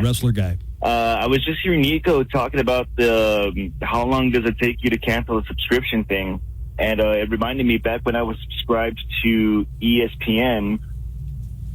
Man, I had to do so much just to try to cancel my subscription because, it was kind of just tearing away at my bank account and everything. And I tried going to the website, tried logging in, tried going to the app, tried going to so many things just to try to cancel this website and everything, or try to cancel my subscription. And so finally I was like, all right, there's only one other way I can think of. I had to call them, give them my information with my login and all that stuff. And they're like, all right, you're canceled. You're good now. I'm like, oh, thank God. But man, with ESPN, you've got to jump through so many hoops just to try to cancel their subscription. I mean, it's ridiculous, man. So I hope it's going to get easier soon. Yeah, hope so. We'd all be in favor of that. Nico, do you remember you signed me up for some medical service? Yeah, because you never go to the doctor, so I found some online thing that will send a cholesterol, a sugar monitoring, and you just have to pinprick it and send it in. They've been sending those. And I have not been doing them. Every month. And are you checking your blood? No, I'm not doing any of it because I didn't ask for it, and I have looked into how do I get them. There's nothing on there. It doesn't tell you where to call. It doesn't tell you who to email. I've actually looked into it too, and it's been very difficult to try and cancel this. So why did you sign me up for that? Because you're an unhealthy man. Right. Wow. When I find out how much it's cost me over the course of 5 years to get these medical tests that I never take, you'll defray the cost of that for me? Hopefully insurance will. Could be $4,000. Insurance. Okay. Insurance. I literally just got back from the Olympics closing ceremony. It was I didn't take a plane. I just clung to Tom Cruise as he ziplined across the Atlantic. To new analysis, more than 100 public bathrooms in New York City are out of order, specifically the D, F, and R trains. Team USA won 40 gold medals. Yeah. Americans bit so many medals, our teeth look British. Hey, wait a second. Hey, it's Double G. Coming up after the Buzz Adams Morning Show. The Up Crowd at Video Warehouse today. 8760 Gateway East between Lee Trevino and Zaragoza. Oh, we're back. Buzz is back. Hey, right on, Buzz. Buzz and the Morning Show. 95.5 The Q.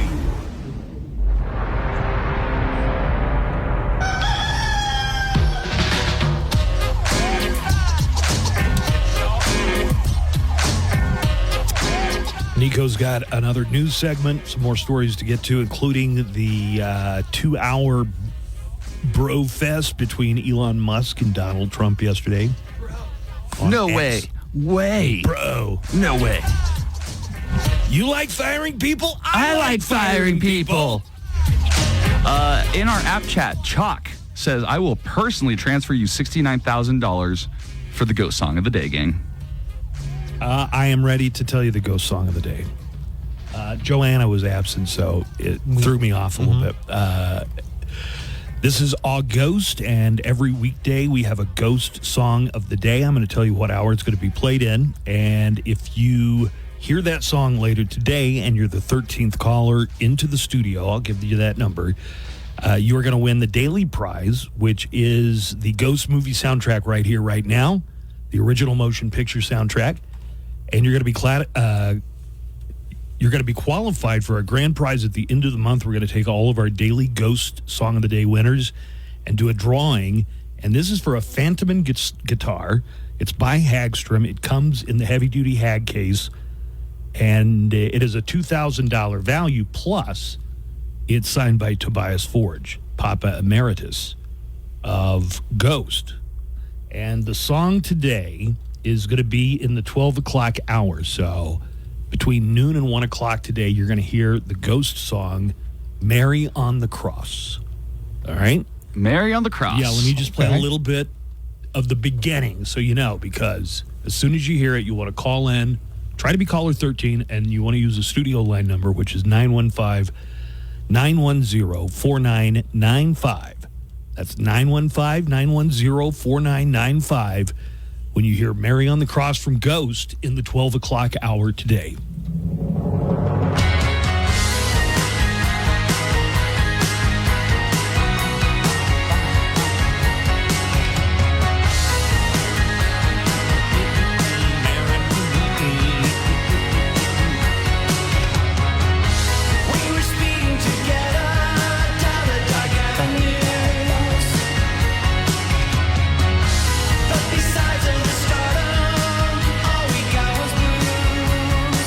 There you go. That is Mary on the Cross, the song you'll be listening for in the noon hour today. And hopefully your daily winner, you'll have a really good shot at the grand prize at the end of the month, the autographed Tobias Forge guitar. We still have some stories to get to. So we're back to Nico Adjemian with the rest of our news. Good morning again, Nico. Good morning, Buzz. We've got a lot of messages in our app chat, so thank you for those. Keep them coming, ladies and gentlemen. How hard it is to cancel a subscription or cancel a membership. Yeah, and then some people are saying, well, I tried it this way and it took me 5 minutes. Other people are saying, I just changed my credit card or got a new debit card. Smart. And then other people... but if you just cancel your credit card and they keep charging it to it, that could mess with your credit. A lot of people are saying, just put a stop to the payment request. Even that is a pain in the ass, you know? They say they're making it sound pretty easy. I don't think I've ever put a stop on anything. It sounds like you'd have to call somebody and wait on hold. That sounds like a pain to you. Yeah. Oh, yeah. Okay. I don't know. Do you want to hear somebody really describe it? Sure.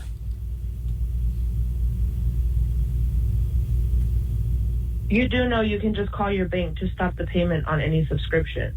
You don't have to go through the company. You just call your bank and go, hey, I don't want to pay this anymore. And they stop the payment for you. No loopholes to jump through.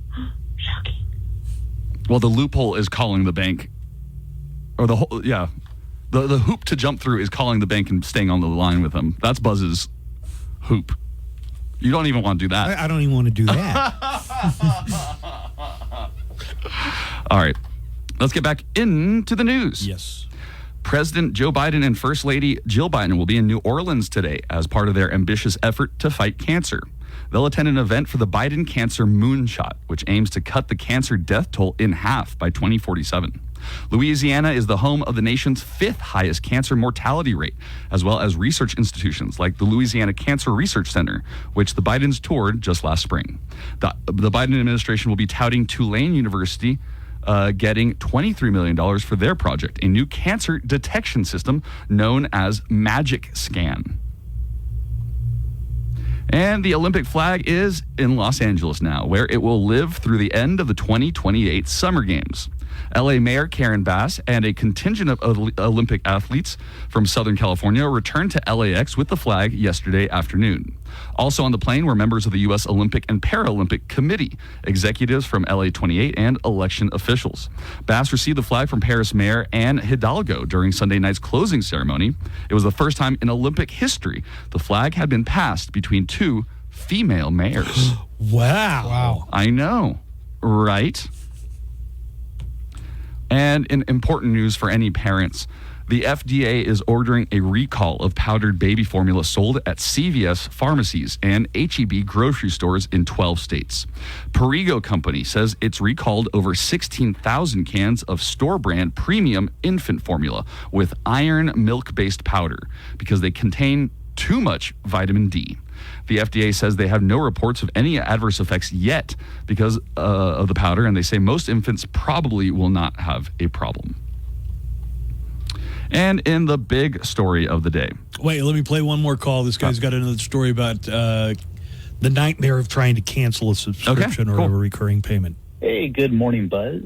Hey. I'm calling just to tell you guys of an experience I had with a recurring payment.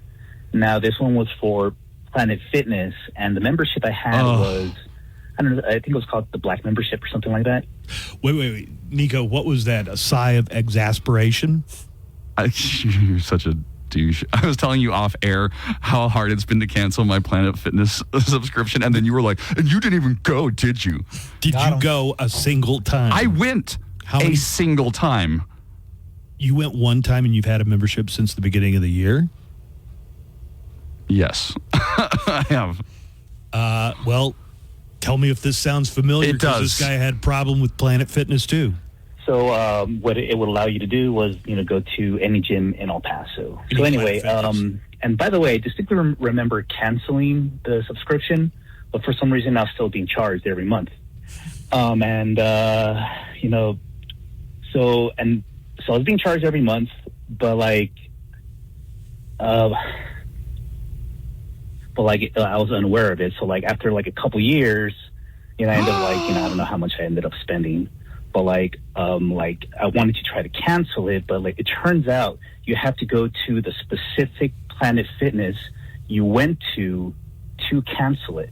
So I ended up having to drive all around El Paso to find out which one it was, but I couldn't really find it. And so I was at a loss, but it turns out that I had to go to my bank directly and ask them to cancel the recurring payment from their end. So I don't know, that might be useful for you. All right, have a good day. I mean, it sounds like they were intentionally. I think, like at any Planet Fitness, they could have looked up that information for you, no problem. But just to make it more difficult, hey, as long as we make it, not too easy, these people might just give up in frustration and pay us forever. Well, this guy thought he canceled it. See, that would be my fear, that I would just click the cancel button, but then keep getting charged. I guess that's why going through the banks is probably the smartest way. I don't know how this would happen, but somehow when you were living at my house, I got signed up, so I was donating $30 a month to a Wayward Youth Hostel in New York City. I didn't do that. That had nothing to do with me. It had nothing to do with me either. I don't know where it came from. I don't know how I got signed up for that. But I would talk to somebody. Of course, you'd have to wait about 30 minutes before you talk to somebody. You finally talk to a person, tell them to cancel it, and it might cancel for a month. Guess what? I had to cancel a bunch of things for you. It would come back and renew itself. I don't give my phone number to anybody for any reason anymore. You know how they ask? I don't have his There's number. no reason, if I'm going to buy a shirt at Burlington, there's no reason you need my phone number for me to do that. Okay, so we're getting some more reports through our app chat. Thank you, everybody, for your input. Jessica says, I tried to cancel my Planet Fitness subscription. And I went to the location. I canceled, and they supposedly did it. But then they kept charging me. Yeah. I had to go to my bank to cancel it. Yeah, those are zombie memberships. You think they're dead, but you find out later that they never were. Susan says putting stop payments via the bank actually usually has a fee attached. And if the amount is different than the one charged, the charge could still go through. All right. Let's get on to our lead story today. 2 hours of Musk-Trump love. Musk-Trump love. Okay. The highly touted conversation between Elon Musk and former President Donald Trump on X last night, also formerly known as Twitter, got off to a rocky start. I want to say, after seeing some of the video, Trump was definitely more starstruck by Musk than Musk was by Trump. Right. Trump seemed almost giddy to be on with Elon Musk. I mean, of course, Elon Musk announced he was going to donate $45 million per month to a PAC to get Donald Trump Apparently, elected. he's helping to hire 6,000 or 600,000 volunteers across the country for canvassing and things like that. Volunteers? Anyways, the discussion was scheduled to start at 8 p.m. Eastern time, but was delayed by about 40 minutes as people weren't able to join what's called the space, where you can see it happening, the name on X for a live audio stream. When the stream began, Musk apologized and said the service had been hit with supposedly a distributed denial of service attack, or DDoS, which took time to fight. According to the stats on the recording of the space, roughly 17 million people tuned in to listen to the conversation, with around 90 million views in total as of 1 a.m. Eastern. The conversation started with Musk asking Trump about the assassination attempt in Butler, Pennsylvania on July 13th, and Trump gave a play-by-play of the attempt from his perspective. Here is Elon Musk talking about the difficulties. My apologies for the late start. We unfortunately had a massive distributed denial of service attack against our servers, and saturated all of our data lines. Okay, so I was saying how Trump gave a play-by-play of the attempt on his life from his perspective. He referred to the chart that he turned to on the stage in Butler, Pennsylvania, to look at when the shooting happened that caused the assassin's bullet to only graze his ear. Trump said, "Illegal immigration saved my life." There was a chart? Yeah, he had this big paper chart behind him. He was pointing at figures. And he turned, and that's when the bullet grazed him. He says illegal immigration saved his life. But he should be happy with it. I'm surprised that Donald Trump knows how to read a chart. One comment by Trump caught a lot of attention as he told Musk that on the first day, he would eliminate the Department of Education and put that power in the hands of the states. Just before 1 a.m. Eastern Time, Musk posted on X that he would be happy to host a live conversation with Harris as well. Here is Elon Musk suggesting that they form a government commission on waste. I think it would be great to just have a government efficiency commission that takes a look at these things and just ensures that the taxpayer money, the taxpayers' hard-earned money, is spent in a good way. And I'd be happy to help out on such a commission. I'd love it if it were formed. Okay.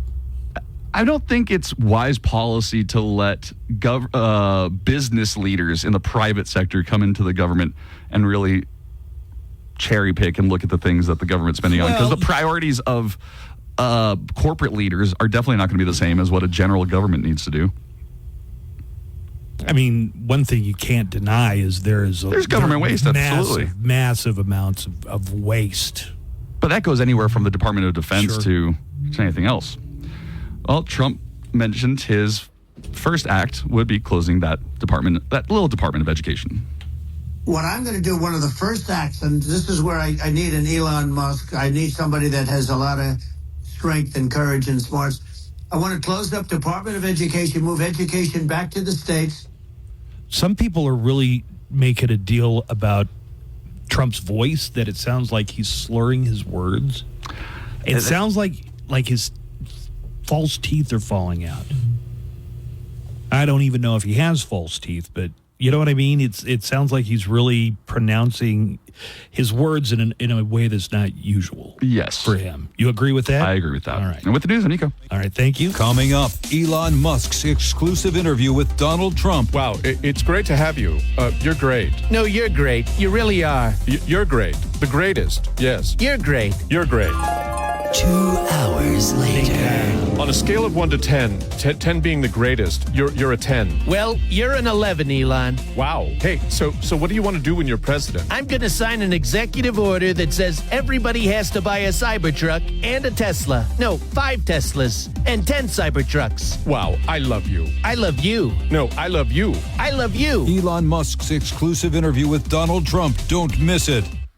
Find out what's going on. Quirky facts about our region. Urgent things you need to know impacting your drive. And of course, nothing but El Paso's best rock. Requires eligible plan coverage and other restrictions apply. Visit att.com/one network for details. Live from the KLAQ studios, the Buzz Adams Morning Show. Courtesy of Glasheen, Vyas, and Inderman Personal Injury Lawyers at GVILaw.com.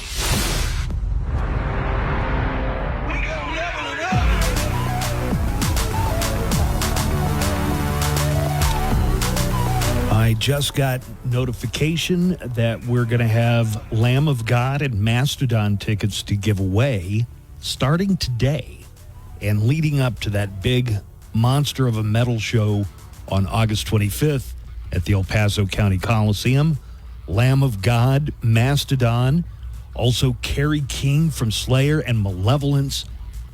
What a night. They're going to blow the roof off that rickety old building. And we will have tickets to give away every morning leading up to the 25th. That's a Saturday for Lamb of God and Mastodon.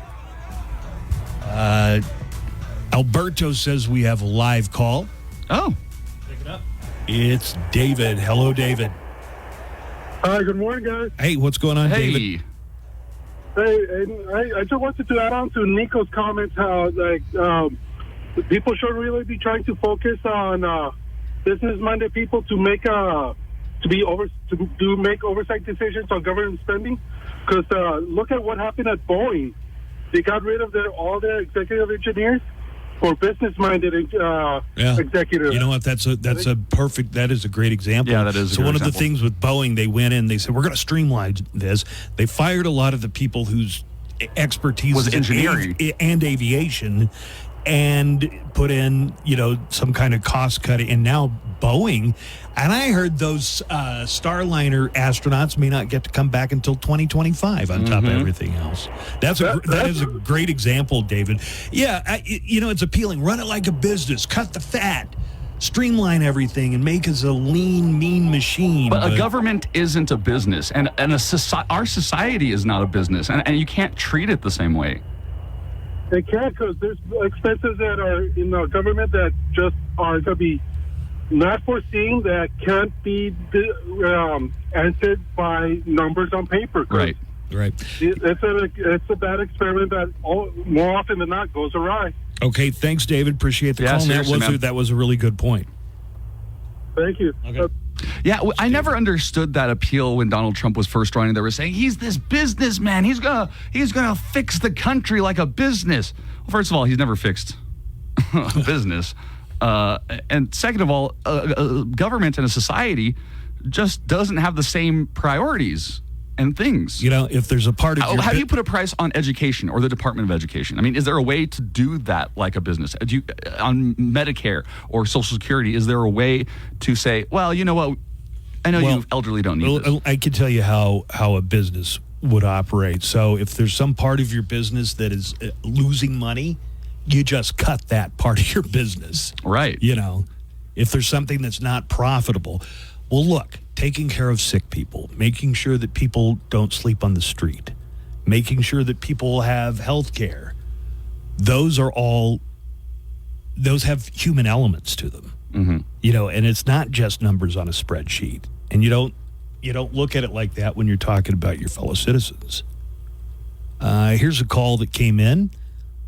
It starts off very complimentary, but I only listened to the first couple of seconds of it. Hey, I really love listening to you guys in the morning, because the relationship you and Nico have, Buzz, it almost makes the show, the show is very dramatic, with Nico being late, you getting on him for his dress attire and all this, but...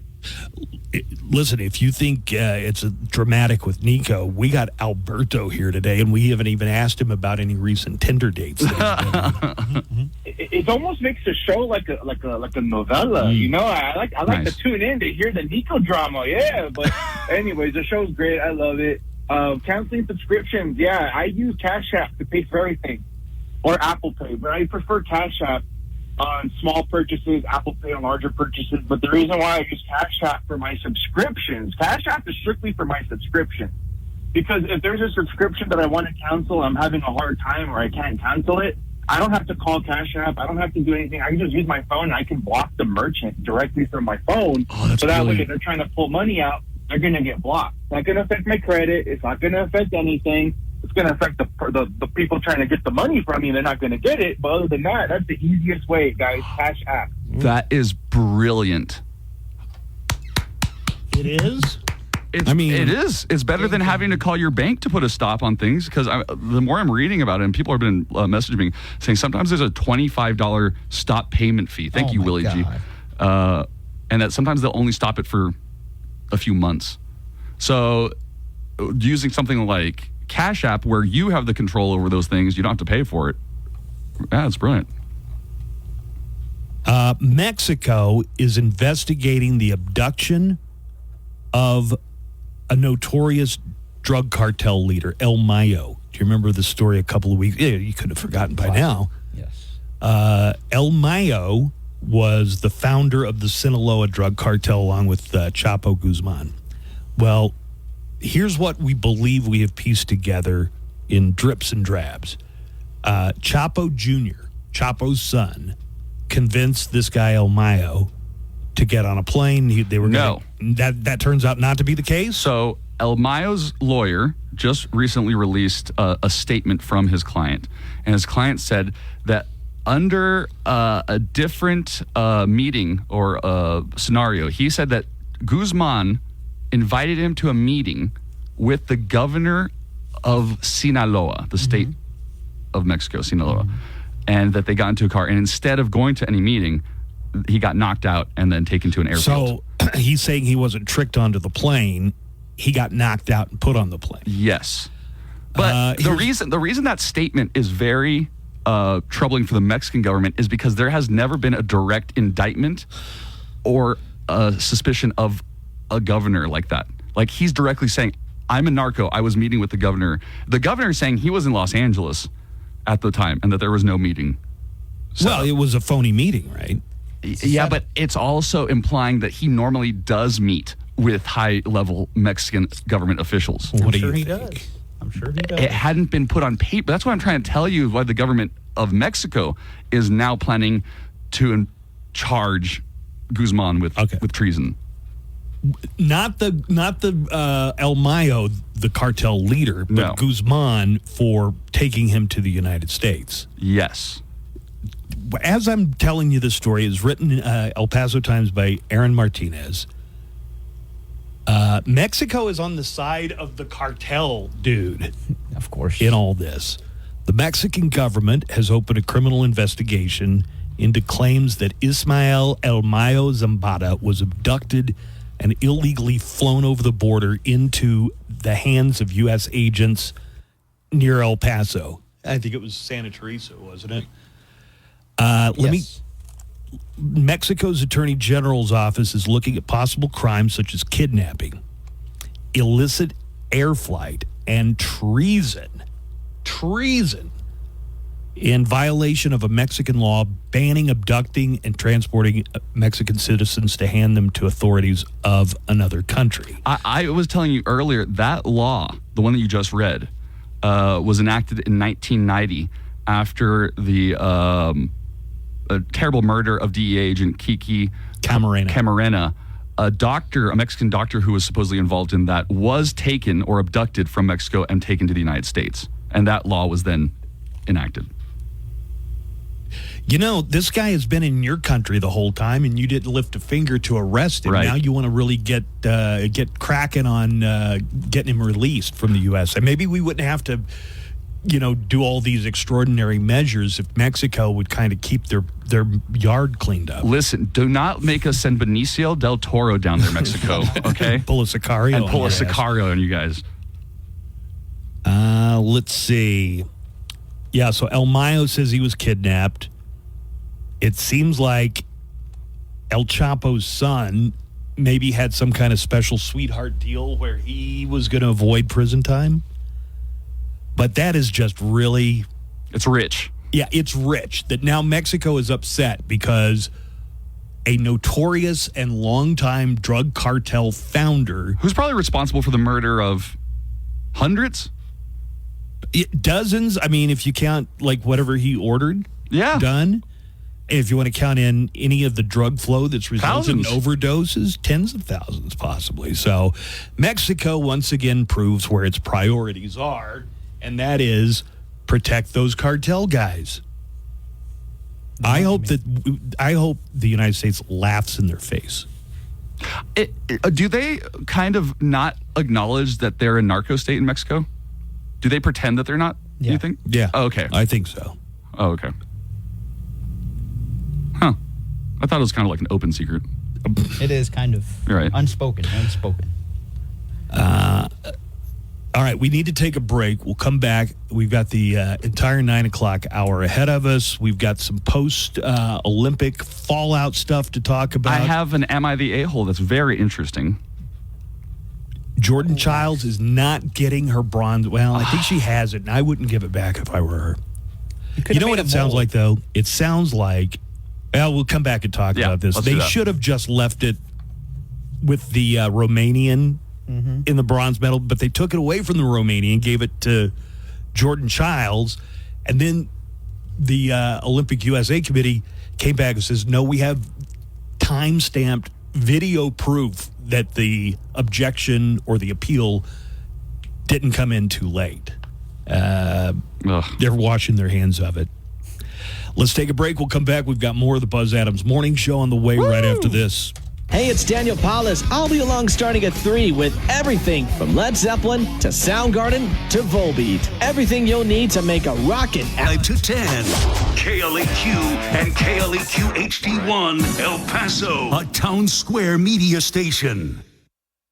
Local and loco. Don't you know I'm loco?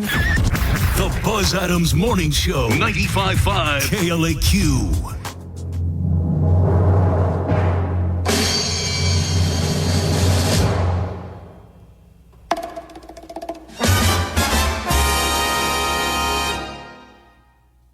I've got a few things I need to take care of. I need to let you know what the Ghost Song of the Day is going to be, what hour that's going to be played in. And we have got tickets to give away every weekday up until the August 25th Mastodon Lamb of God concert at the County Coliseum. Yeah. We're going to have tickets for that metal show coming up here in just a little bit. That's going to be a big one. First, though, the Ghost Song of the Day.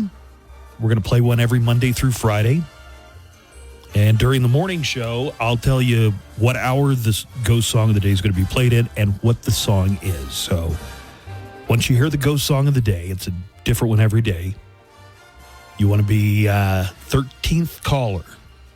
And you do want to use the studio line for this. So 13th caller at 915-910-4995. That's 910-4995. You will be a daily winner. You'll get a nice preliminary prize, which is the Ghost movie soundtrack right here, right now. More importantly, though, you'll be in the running for the grand prize at the end of the month of August. That's why we're doing this. You're going to get a Fentiman guitar autographed by Tobias Forge of Ghost, courtesy of Concord Records. So today's Ghost Song of the Day is going to be in the noon hour. So between noon and 1 p.m., you're going to hear the Ghost song, Mary on a Cross. And that is the cue to call in, be a daily winner. And then once you're a daily winner, you got a really good shot at winning the grand prize autographed guitar. So here's Mary on a Cross, just a little bit of it so you know how it begins. Be listening for it today in the 12 o'clock hour.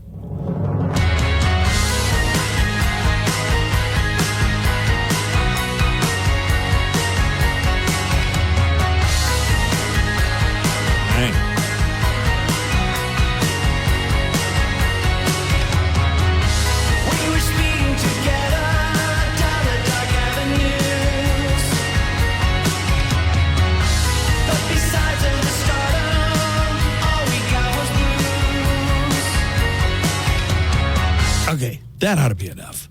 There's enough for you to go on. When you hear that song in the 12 o'clock hour, be the 13th caller. Once again, the number is 915-910-4995. That's 910-4995. And at the end of August, you could win the autographed guitar from Tobias Forge of Ghost. I have a couple of messages to read. Okay. You do that. I want to find out if Alberto's got any recent crazy stories. Yeah. Alberto, have you got on any wait, do you want me to read these first, or do you want him? You do. You read them first. Okay. But I want to hear from Alberto. So start thinking of that, Alberto. Yeah. Okay. Antonio says that he knows of a chemical that causes penis shrinkage, and it's called cold water. Yeah. Thanks. Steven says in our this is in our fan chat. He's talking about the interview with Donald Trump and Elon Musk, that Trump revealed his involvement with Project 2025 during it. That's a notable thing, that he actually kind of acknowledged that he's planning to do whatever they're saying about. I think Americans have different levels of familiarity with Project 2025, but it's a real thing, and you can definitely look it up and find out. There's something to piss off everybody in their agenda for 2025. For the most part, yeah. I mean, maybe you're opposed to abortion, fine, but guess what? Project 2025 wants to take away your right to in vitro fertilization. No. They want to monitor even people who are pregnant to make sure that they don't get it. Like, they want to have active monitoring of pregnancies and things like that. But also IVF is very much in their crosshairs. So there's something, especially for the party that's supposed to be of limited government, this Project 2025 lays out how to change every American's life, and not necessarily for the better. Yeah, it's not like we get free popsicles or anything. Jude in our app chat says, I want to speak on the topic of the cartels and the kidnapping to the U.S. Mexico is not upset because they want to protect cartels. They're upset because if the kidnapping was done by request from or on the orders of the U.S. government, it's a violation of Mexican sovereignty, which, as you mentioned, since 1990 is Mexican law and international law that applies to all recognized independent countries. Love you guys. Okay, you know what? Unless you're on the side of the cartel guys, if the United States requests your help in doing it, why don't you do it? And they don't have to get Chapo's son to play ball with. Right. And when we when we said Al Qaeda were terrorists, that kind of gave us the ability to just go into Iraq, despite their sovereignty, and take out terrorists. I mean, I don't see how cartels are any different than It doesn't sound terrorists. like there was any American agent of an American any agency that was on the flight from Mexico. It sounds like they were all Mexicans on board. That is correct. And finally, Jude in our app chat says, I had a crazy dream that the morning show was in. Unfortunately, Buzz had a heart attack in the middle of the show. Nico and Joanna had to come on and explain what happened, and everything was way too real. I woke up and I even shed a tear. Tell Buzz to get checked, please. That's so eerie. Heart, huh? Huh? Yeah. Let me write that down. No. First of all, I couldn't agree that he needs to go to the doctor more, Jude. Thank you We for need that. to get a doctor to come see him. I've tried to get Buzz to go to certain doctors forever now, and I'm so happy that he told me he has a doctor's appointment. So I do. And so, Jude, no worries. He is on it. Hey, Jude. Hey, Jude. So, any Tinder dates? Were you able to pony up enough money for a bottle of water? Not yet. No, actually, I'm planning a couple for this week. Check hits this week, so I may A get couple? into. Well, maybe more than one. Hopefully, I'm just kidding. I want to see what I can do this weekend. Hopefully, Okay. that would be fun. How many different dating apps do you use? 3. Name them. It's called Bumble, Hinge, and Grindr. And Tinder. Tinder. Yes. Fine. You got to cast a wide net. Best of luck. There's not one for like specifics. Like if I wanted just MILFs, there wouldn't be like a MILFer I don't know, man. Yeah, If they you find probably- out, right. send that my way. or a cougar. Something. Providers are us or something. Here's a voice of one of the popular Pokemon voice actors passed away. Rachel Lillis played the voice Of of Misty. both Misty and Jessie Yeah. in Pokemon. She was only 46 and had been struggling with breast cancer. Who's your favorite Pokemon? Snorlax, That would be your spirit animal for sure. Your spirit Pokemon. Charizard. I don't know. I like Mr. Mime. All right. Well, let's go ahead and give away the tickets to Lamb of God. Again, that's going to be the 25th of August at the County Coliseum. Kerry King, the guitarist from Slayer, is going to be part of that show, and then he's going out with Slayer for the rest of 2024, right after this show in El Paso. It's Mastodon, Lamb of God, Kerry King from Slayer, and Malevolence. And we will give tickets to caller number 10. Use the number 10. It's 915-910-4995. That's 915-910-4995. Alberto will get all your information, set you up. We're going to have tickets every morning right on through until August the 20th. Well, August 25th is a Saturday, so right up until the Friday before, we're going to have tickets to give away every day. All right, Alberto, you get that. Nico, did you want to You want me to preview my Am I the A-hole? preview the Am I the A-hole? Sure. Am I the a-hole for telling my girlfriend that I think it's weird her best friend is cuddling with her when I'm not around? Her best girlfriend? I'll have to get into the Am I the a-hole? That's all you're giving us for now. That's all I'm giving you. Hey, so I didn't know they gave this out. It's kind of like the Razzies, but for real life. You know, the Razzies give awards to the worst actor of the year, the worst movie of the year. Right. There's something called the Poonie. P-W. It's not Poonie, it's Pony. Pony. Pony. As in game pwned. If you got pwned online, that was like you got owned. Well, they awarded the 2024 Pony for most epic fail. It's weird that you're seeing it and you're trying to say it phonetic. Pony. Just pony, like a horse, a pony. Most epic fail, and they chose CrowdStrike.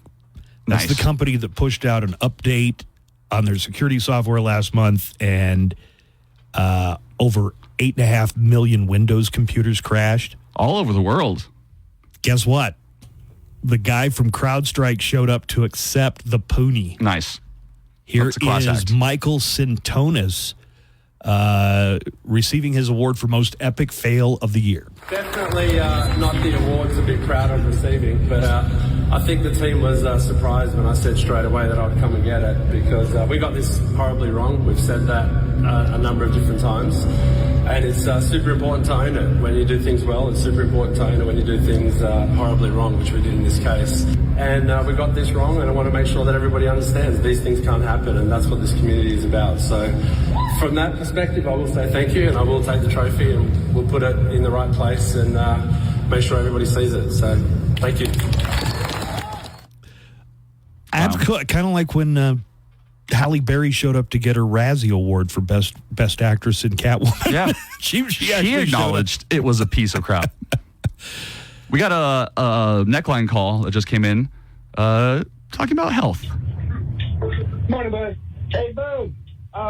Long-time listener, frequent caller. Hey, man, go to the doctor, bro. I go to the doctor. I know it's hard, but you need to get in there. The reason I started listening to you to begin with is I used to listen to a nationally syndicated radio show based out of Dallas. It's not hard to find out who that guy's name was. I won't say it on air. Don't say it. He died of a sudden heart attack. Oh, I know who it is. On the radio show went on a little trip together. They went on a trip together, and he died on one, man. Mm-hmm. And it turned out he wasn't going to the doctor, and he had a heart disease. So get yourself checked out, bro. It's a simple blood test. Simple prescription can prevent all that. You know what I mean? Anyways, love you guys. Love you, Buzz. Have a great day. Bye-bye. I think he's talking about Kid Craddock, who had a syndicated show. And when he died, he was younger than I am now. Oh, my God. And I think they still have the Kid Craddock show going. I think just they do. Without Yeah. Kid Craddock. But, I mean, he's got a great point. It doesn't take a lot to keep yourself in check and checked up. I went to a doctor last week. Yeah, but that was about something else. It wasn't about your checkup. You're not getting annual blood tests. About your cholesterol and your fatness and just everything. I don't need a test. I got a mirror. Why do you think I got you that kit, that health kit to begin with? It would take your blood sugar. It would take a cholesterol profile. It would do all those things. I don't know. The pair of summer... I care about you, Buzz. Thank you. Thank you for that. I'll be fine.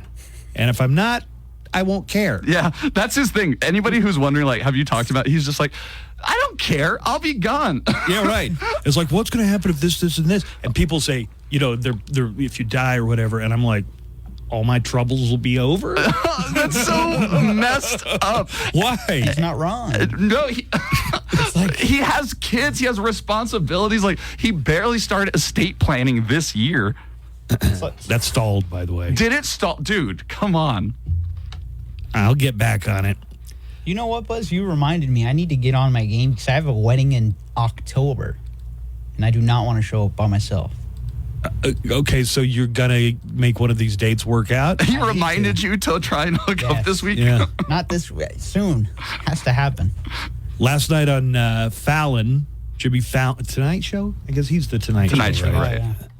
Yeah. On the Tonight Show, Jimmy Fallon had a post-Olympic song. It all started on the river Seine. Don't drink the water, you'll need medicine. Our flag was being carried by the King LeBron, crossing that river like George Washington.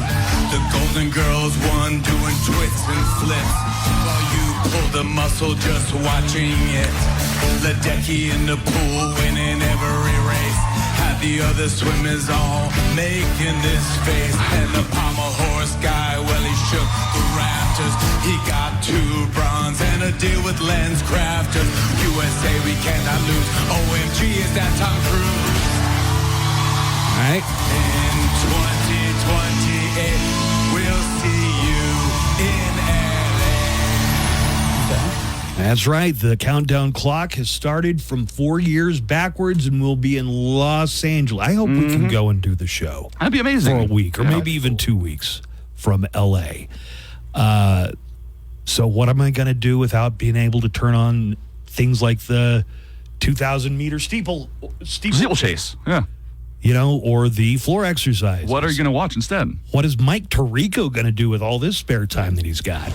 The Olympic Games are over. As NBC Olympics primetime host Mike Tirico. Does your relationship with the omnipresent Olympic host have to be? It's been great top to bottom. The upcoming NBC schedule says no way. Coming this fall. Mad about Mike Tirico. How I Met Your Tirico. It's always Mikey in Tiricoville. The Price is Mike. Hawaii 5 Tirico. So you think you can Tirico? 2.5 Mikes. Mighty Morphin Power Tiricos. Walker Tirico Ranger. Sponge Mike Square Tirico. Mike Ryder. Law and Order Special Tirico Unit. And The Tonight Show with Jimmy Fallon, starring Mike Tirico. The new NBC fall schedule is terrific. Or should I say, Tirico-rific.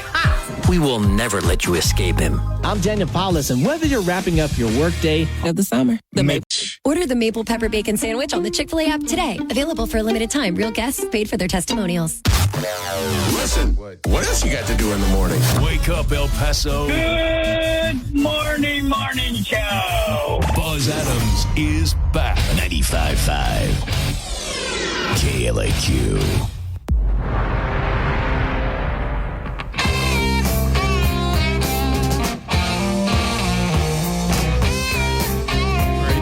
Nico says he has an Am I the A-hole scenario. I does. Somebody wants our help letting them know if they are the A-hole or not. Yesterday, I was reading a lot about this Australian breakdancer who did this weird, almost avant-garde mockery of breakdancing. That's the word you just said right now. I've heard online people are saying that she's mocking what essentially is a cultural thing. Like breakdancing comes from a rap and cultural place. So it turns out that she's 36. This is Reagan. And most of the... Not Reagan. Ray Gunn. Rachel Gunn. Ray Gunn. That's her B-girl name. What does the B in B-boy and B-girl stand for? Beat. Really? No, I don't know. Oh. Sounds right. Breaker. Breakboy, yeah. Right.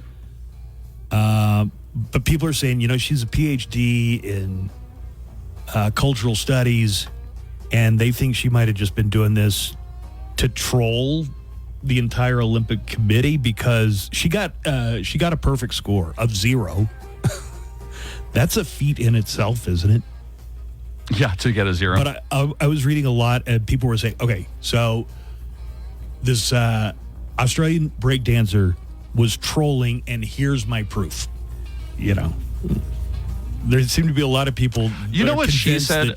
She made a statement that was like, "Look, I have the biggest stage in the world. I'm really just doing this for fun, and I wanted to do a dance that I thought was memorable for me." Which I guess you can't blame somebody who feels like that. But does just bad dancing equal mockery? I'm not sure. I mean, it's how hilariously bad it is and how confident she is too. That's what it is. If Elaine tried to do this with sincere intentions, would Elaine be said to be mocking it because she's such a bad dancer? I don't know. Why go there? I mean, there's nobody else in the whole Australia. Well, Australia is a country of 80 million people. She won the Oceania Championships. How? It couldn't have been with that routine. No moves. That's a good point. Did you do this exact same type of thing? You could find somebody in Australia with epilepsy who could do a better job on the floor than she did. All right, you ready to give us our Am I the A-hole? Let's do it. Here goes. I'm proud to be an A-hole from El Paso. All the time, people want an unbiased opinion about something going on in their life and whether they're the one out of line. Are they the a-hole or not? Am I the a-hole? So what do we have? Right. Am I the a-hole? for telling my girlfriend that I find it weird that her best friend is cuddling with her when I'm not around.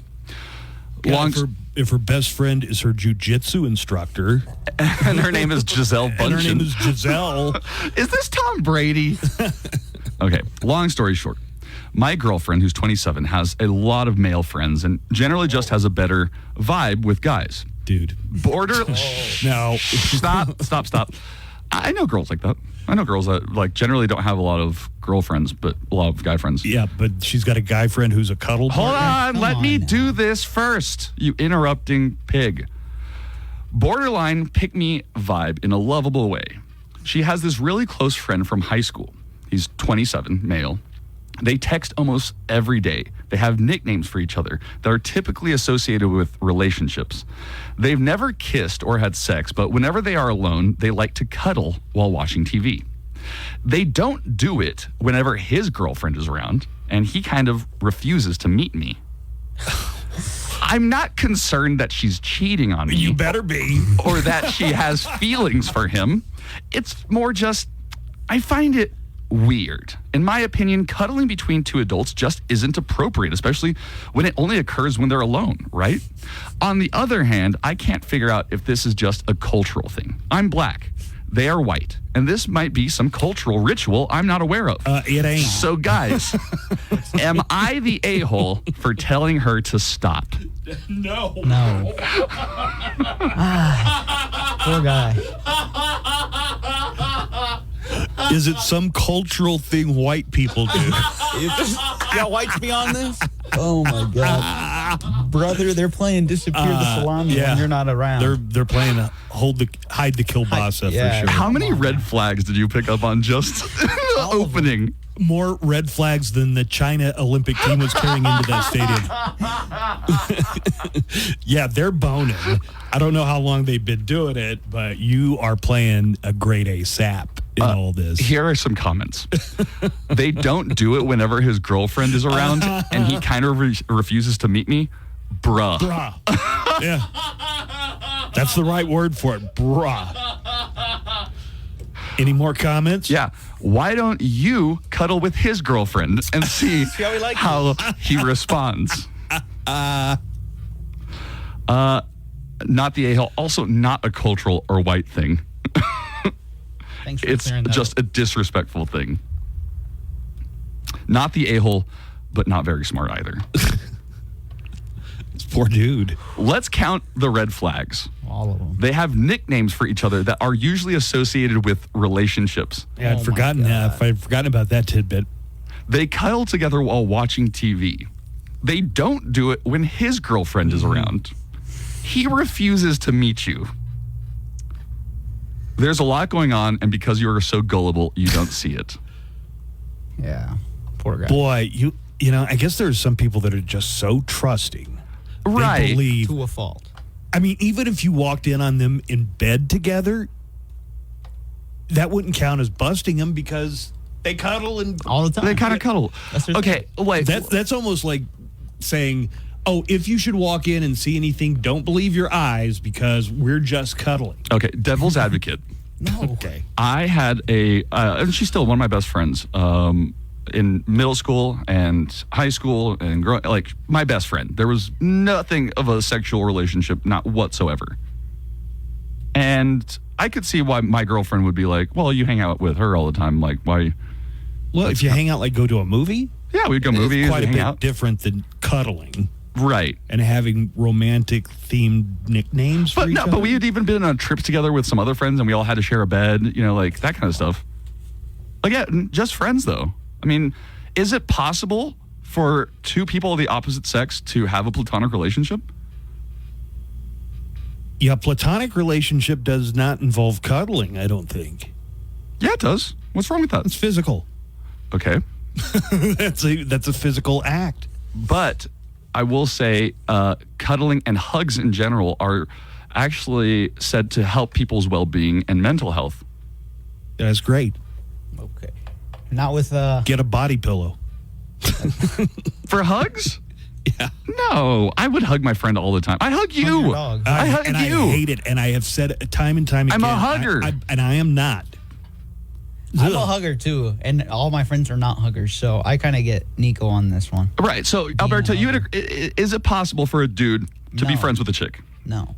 In my opinion, no. And not want to. Look, this is my opinion, and I'm in not this if he instance finds a radical. not if he finds the woman attractive. 9 times out of 10, it's not. That's not the situation. There's no such thing.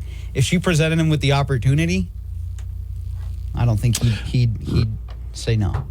I mean, if they're not banging, he's definitely putting in a lot of work for the future. For the future. Yes, exactly. Yeah. So it's like there's always an ulterior motive. It's never just, oh, we're friends. Shut up. I mean, and then girls buy into it. We're just friends. It's like, girl, if you gave him the opportunity, he would take it. So it's like, no, you're not just friends. Well, I think the whole ability to meet somebody, like a friend like that should be on the table. Like, oh, you're friends? Well, let's meet. Let's all go out. Exactly. Let's hang out. Avoiding that. So it's like, what other signs do you need? You wouldn't do that? What? Like, you wouldn't go out with her friend to check, like, to see, if a girl that you were dating has a really good friend that she talks about all the time, you wouldn't want to meet her. Of course I would. Right. But if I were in that guy's situation, no, I wouldn't want to meet him anymore. They're cuddling and he doesn't want to meet me. That dude's a knob. Cuddling and dry humping are just, there's a very thin line between those two things. I don't like the scenario at all. Poor guy. So I started to talk about this yesterday, and I guess we ran out of time. When I was a kid, I knew for a fact that school was out in the summer, that Santa Claus brought Christmas presents. And I knew that the athletes that compete in the Olympics are amateurs and don't get paid. That may not have been true back then even, but it sure ain't true today. We had a team of multi-millionaires go over there and play basketball. So that's right out the window. But then there's also countries have their own policies of how much you get for each medal you win. Yeah, I saw this. The U.S. Olympic Committee, here's what the Americans are getting, $37,500 per gold. So if you get a gold medal, that means every member of Team USA basketball, men's and women's, got $37,500. I would have thought the women would have got like 60% of that. But if it's a team sport, does each person of the team get that, or do they have to share a lump? They all get gold medals. Right. Every member of the team gets a gold medal. But they count it as one. In the tally. In the tally. It's but one. I think you each get, if you're in a team sport, you each get the $37,500 for a gold medal. And so, like, if Michael Phelps got that money for every gold medal he had, he should get millions of dollars? Well, his is different because it was like back then. So if he won 6, let's say, in one sitting, he'd get X amount. However, they were paying in. Well, I'm saying, is it for every event that you do, or is it for every medal you have to win? For every medal you bring home, you get X amount of money. Okay, so I'm going to go through what you get for Team USA, and then I'm going to compare that with other countries, okay? For a silver medal, U.S. Olympics pays out $22,500. And for a bronze, $15,000. Which is actually on the low end. There are some countries that give way more money per medal. Than us? These are usually countries where they don't win a lot of medals, so I guess they kind of put their eggs in one basket. Serbia is at the top of the list. If you're a Serbian athlete and you win a gold medal, you get $214,000. Wait. Boom. Is Singapore not up there? I'm just going down the list right now. Oh. Serbia, though, their gold medal winning athletes get $214,000. Serbia pays more? Well, because they get less. Yeah. They value them more. So. They only had 2 gold medals, though. Malaysia and Morocco are in that range, so kind of in the same neighborhood as $214,000 per gold medal. Australia is the cheapest country. They only hand out $13,340 per gold medal. They save $13,000 on their breakdancer then. Did you ask about Singapore? Yes. Why did you ask about Singapore? Because I know they're at the top. Singapore reportedly had a $737,000 bounty on gold medals in 2021. They only have a few in their history, I believe. 2 or 1. Let me check. They didn't win any medals that year, Singapore. Their last medal was a gold in the men's 100-meter butterfly in 2016, but reportedly Singapore would have given someone $750,000 if they'd won a gold medal. Gymnast Carlos Yulo of the Philippines just became his country's first male gold medalist. Congrats, Carlos. Okay. Huh? For who? For Philippines. Philippines. Carlos Yulo. Nice. What's he getting? He is getting a lot of private sector bonuses. Like swag? Real estate. Like a condo. businesses. Oh, okay, that's big swag. A house. Free food for life. From several restaurants. Plus $450,000 from the Philippine government. Thank you. Goes to the gymnast Carlos Yulo. Larry in our app chat says, but Snoop gets $50,000 or $8 million for just showing up. Well, you got $500,000 a day. A day, yeah. Don't play with Snoop. So, yes. Well, what are the medals worth themselves? Like if you were to melt them down. I think the gold medal is just a little bit of gold on top, and it's mostly... It's 1% gold. It's another metal underneath it. Silver, I believe, is silver. They do have enough valuable metal that it's not nothing. No, it's probably like $1,000. The gold medals have not been pure gold since 1912. Do you have the actual numbers for how much each one was worth? Yeah. Oh, cool. This year's gold medal are mostly silver. The 95.5% silver, and their value is $950. Yeah, I was right on the money. The actual value of a silver medal is $486. And a bronze, if you were to take that to a scrapyard, they would give you $13 for your bronze medal. Nice. But all the medals contain original iron that was used in the construction of the Eiffel Tower. That's the cool part. It's like a little that is really neat. part. Where did they get it? Off the tower? Yeah, I guess they... Right, are there just missing. chunks missing? Like Yeah. Swiss cheese? They've replaced it with newer steel. Oh, I see. That makes sense. So they all have some Eiffel Tower mixed in there as well. But Which is a neat little tidbit. so I guess the spirit of amateur athleticism that the Olympics used to tout every 4 years is a thing of the distant, misty past.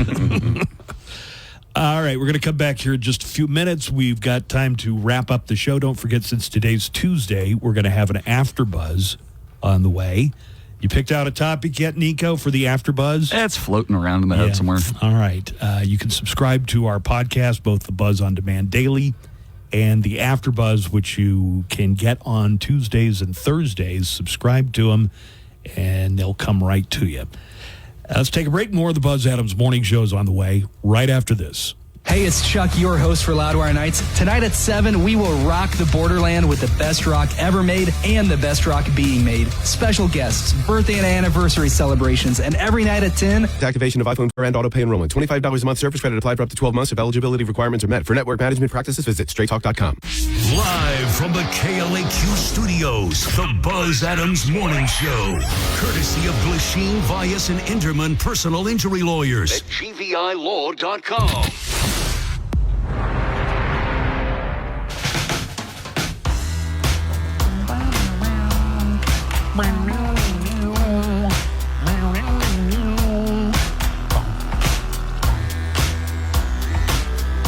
All right, we're going to wrap up the show, but we have, 10, 15 minutes here. Yeah. To put the finishing touches on today's show. I've got a couple of comments from our app chat. Thank you for leaving those messages. Don't forget to download the KLAQ mobile app wherever you get your apps. You can message us directly through the app chat, and you can get updates to the show when it comes out on demand or the AfterBuzz, which we're doing today.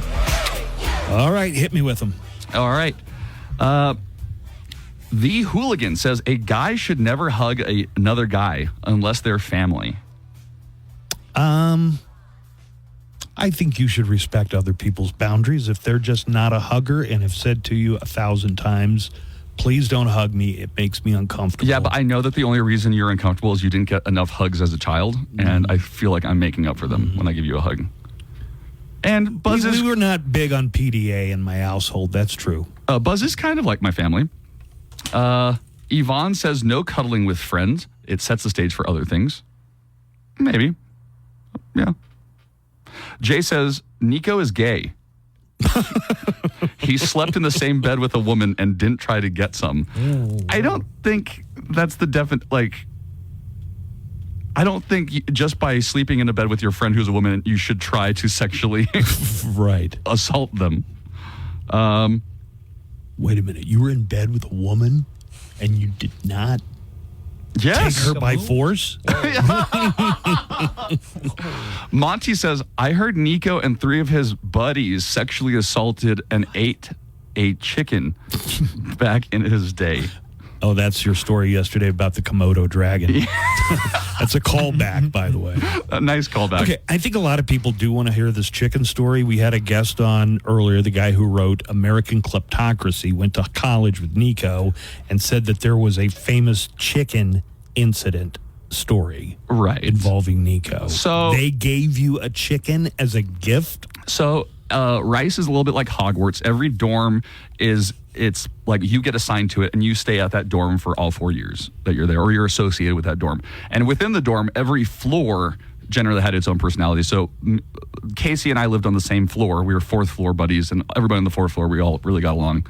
So we had like a present day or birthday present day for me once, and they got me a live chicken for my birthday. Now, I think that they did it with the best of intentions, but I'm pretty sure they did it because they knew I was from El Paso. They would make fun of me for being from El Paso a lot. And being like... Wait, they would just make fun of you for being from El Paso? Well, yeah, like a small backwater city. And where were most of these guys from? All over, mostly Houston, though. A lot of people in Houston. From Houston. Of course. So they thought a chicken would remind me of home. They picture El Paso is the kind of town where everybody has chickens just running around in their yard. Right. Okay, that's a little stereotypical, but... A little bit. Their intentions were good, I'm sure. Anyways, it was kind of a fun day with the chicken and trying to corral it, and we got... Was it in the room? Where did it... It stayed on the floor. We had like a common area where we kept it. And did you fry it or bake it or what? No, I made sure that we went to the Humane Society the next day. The Humane Society accepts chickens? Yes, they did in Houston at least. Okay, any more? For the am I the a-hole, maybe the friend of that chick said he doesn't want to meet him, but he wants to meet her when he's not around. Difference in how you spell the word meat. Right, exactly. That's about it. Oh, people are asking if Alberto has social media. Alberto, do you have social? We know you don't have social graces, but do you have social media? Yes, I'm on Instagram and Twitter as Alberto_LGO.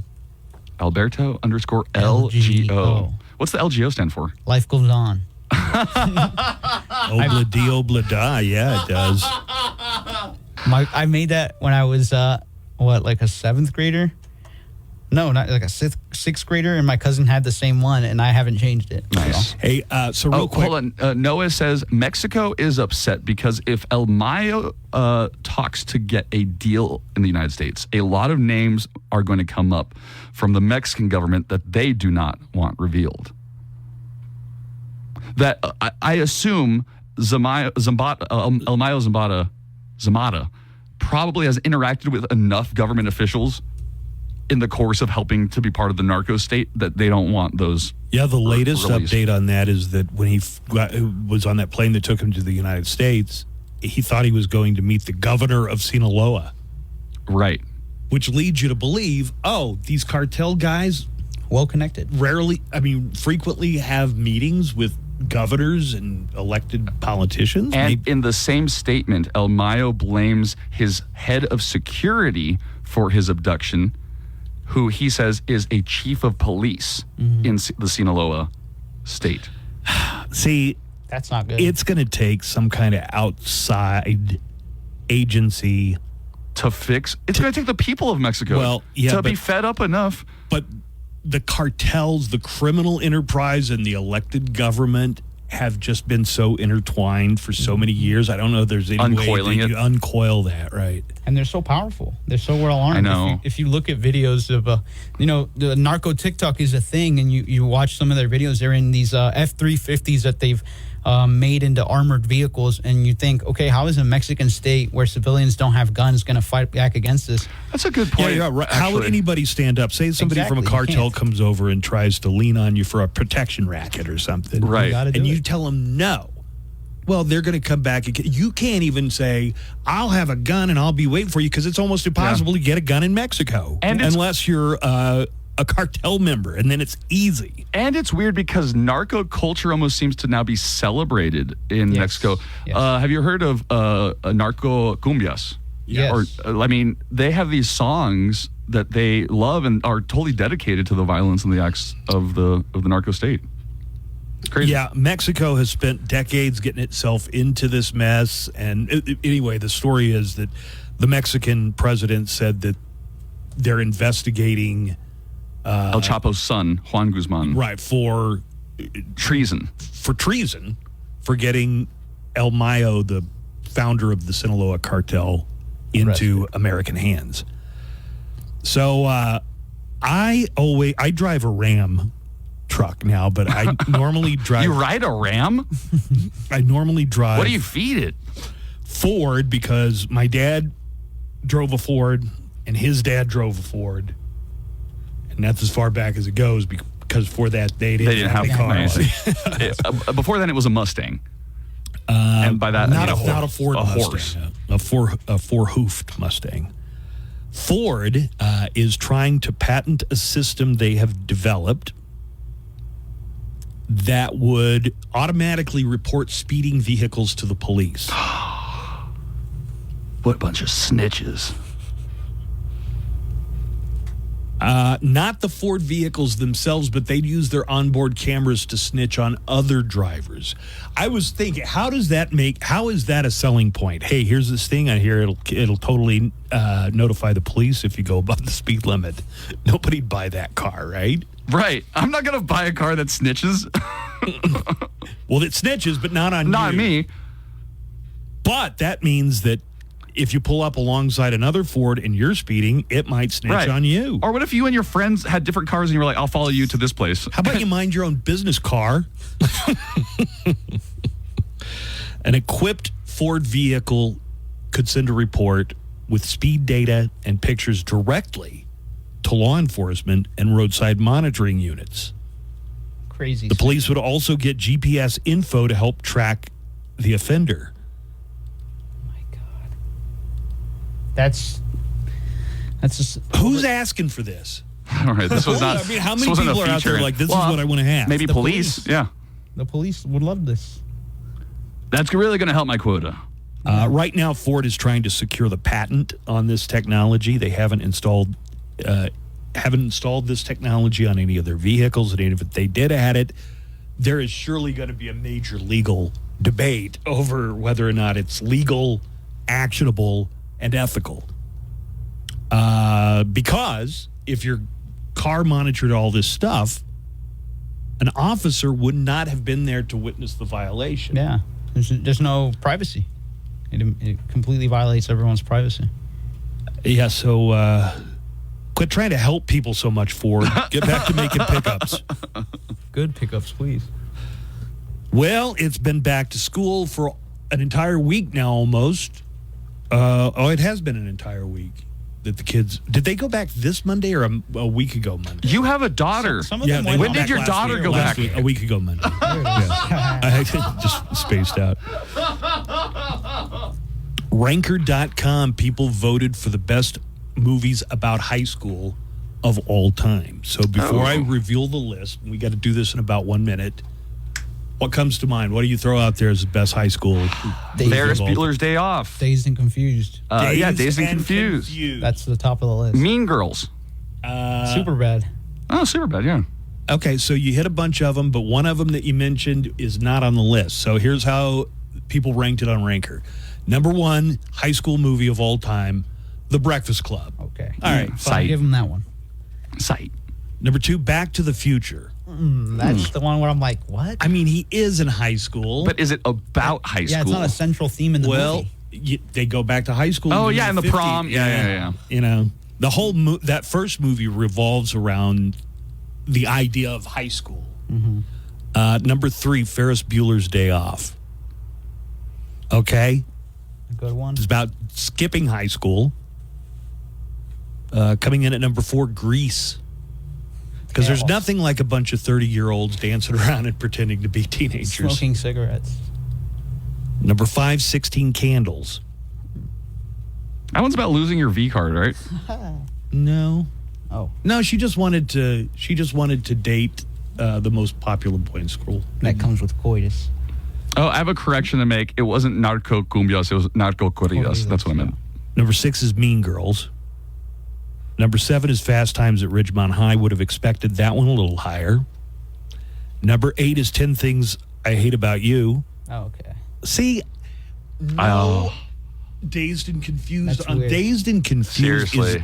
is such just a great movie to begin with. But the fact that it is so much about high school. A lot of the action last day of school takes place outside of high school, though. Yeah, but it's all revolves around you're hazing the 8th graders who are going into 9th grade and you know, the paddles and stuff. This story making the girls stay on the floor and put like food on themselves. What was that? Like a hazing ritual that girls could everybody do to girls. Well, how about what the boys in that movie? The boys, the guys who were going to be the seniors, had their paddles that they made in wood shop, and they're going to smack all the 8th graders. Dead Poets Society and Clueless come in. Heathers is all the way on the list, down on 18 on the list. Heathers? What's that? What's that about? Heathers with Winona Ryder. Like and they're the like popular, girl, the right. Heathers, yeah. And she hooks up with Christian Slater, who turns out to be kind of a psychopath when you get right down to it. But how you make a list about high school movies and you don't have Dazed and Confused in the top 10.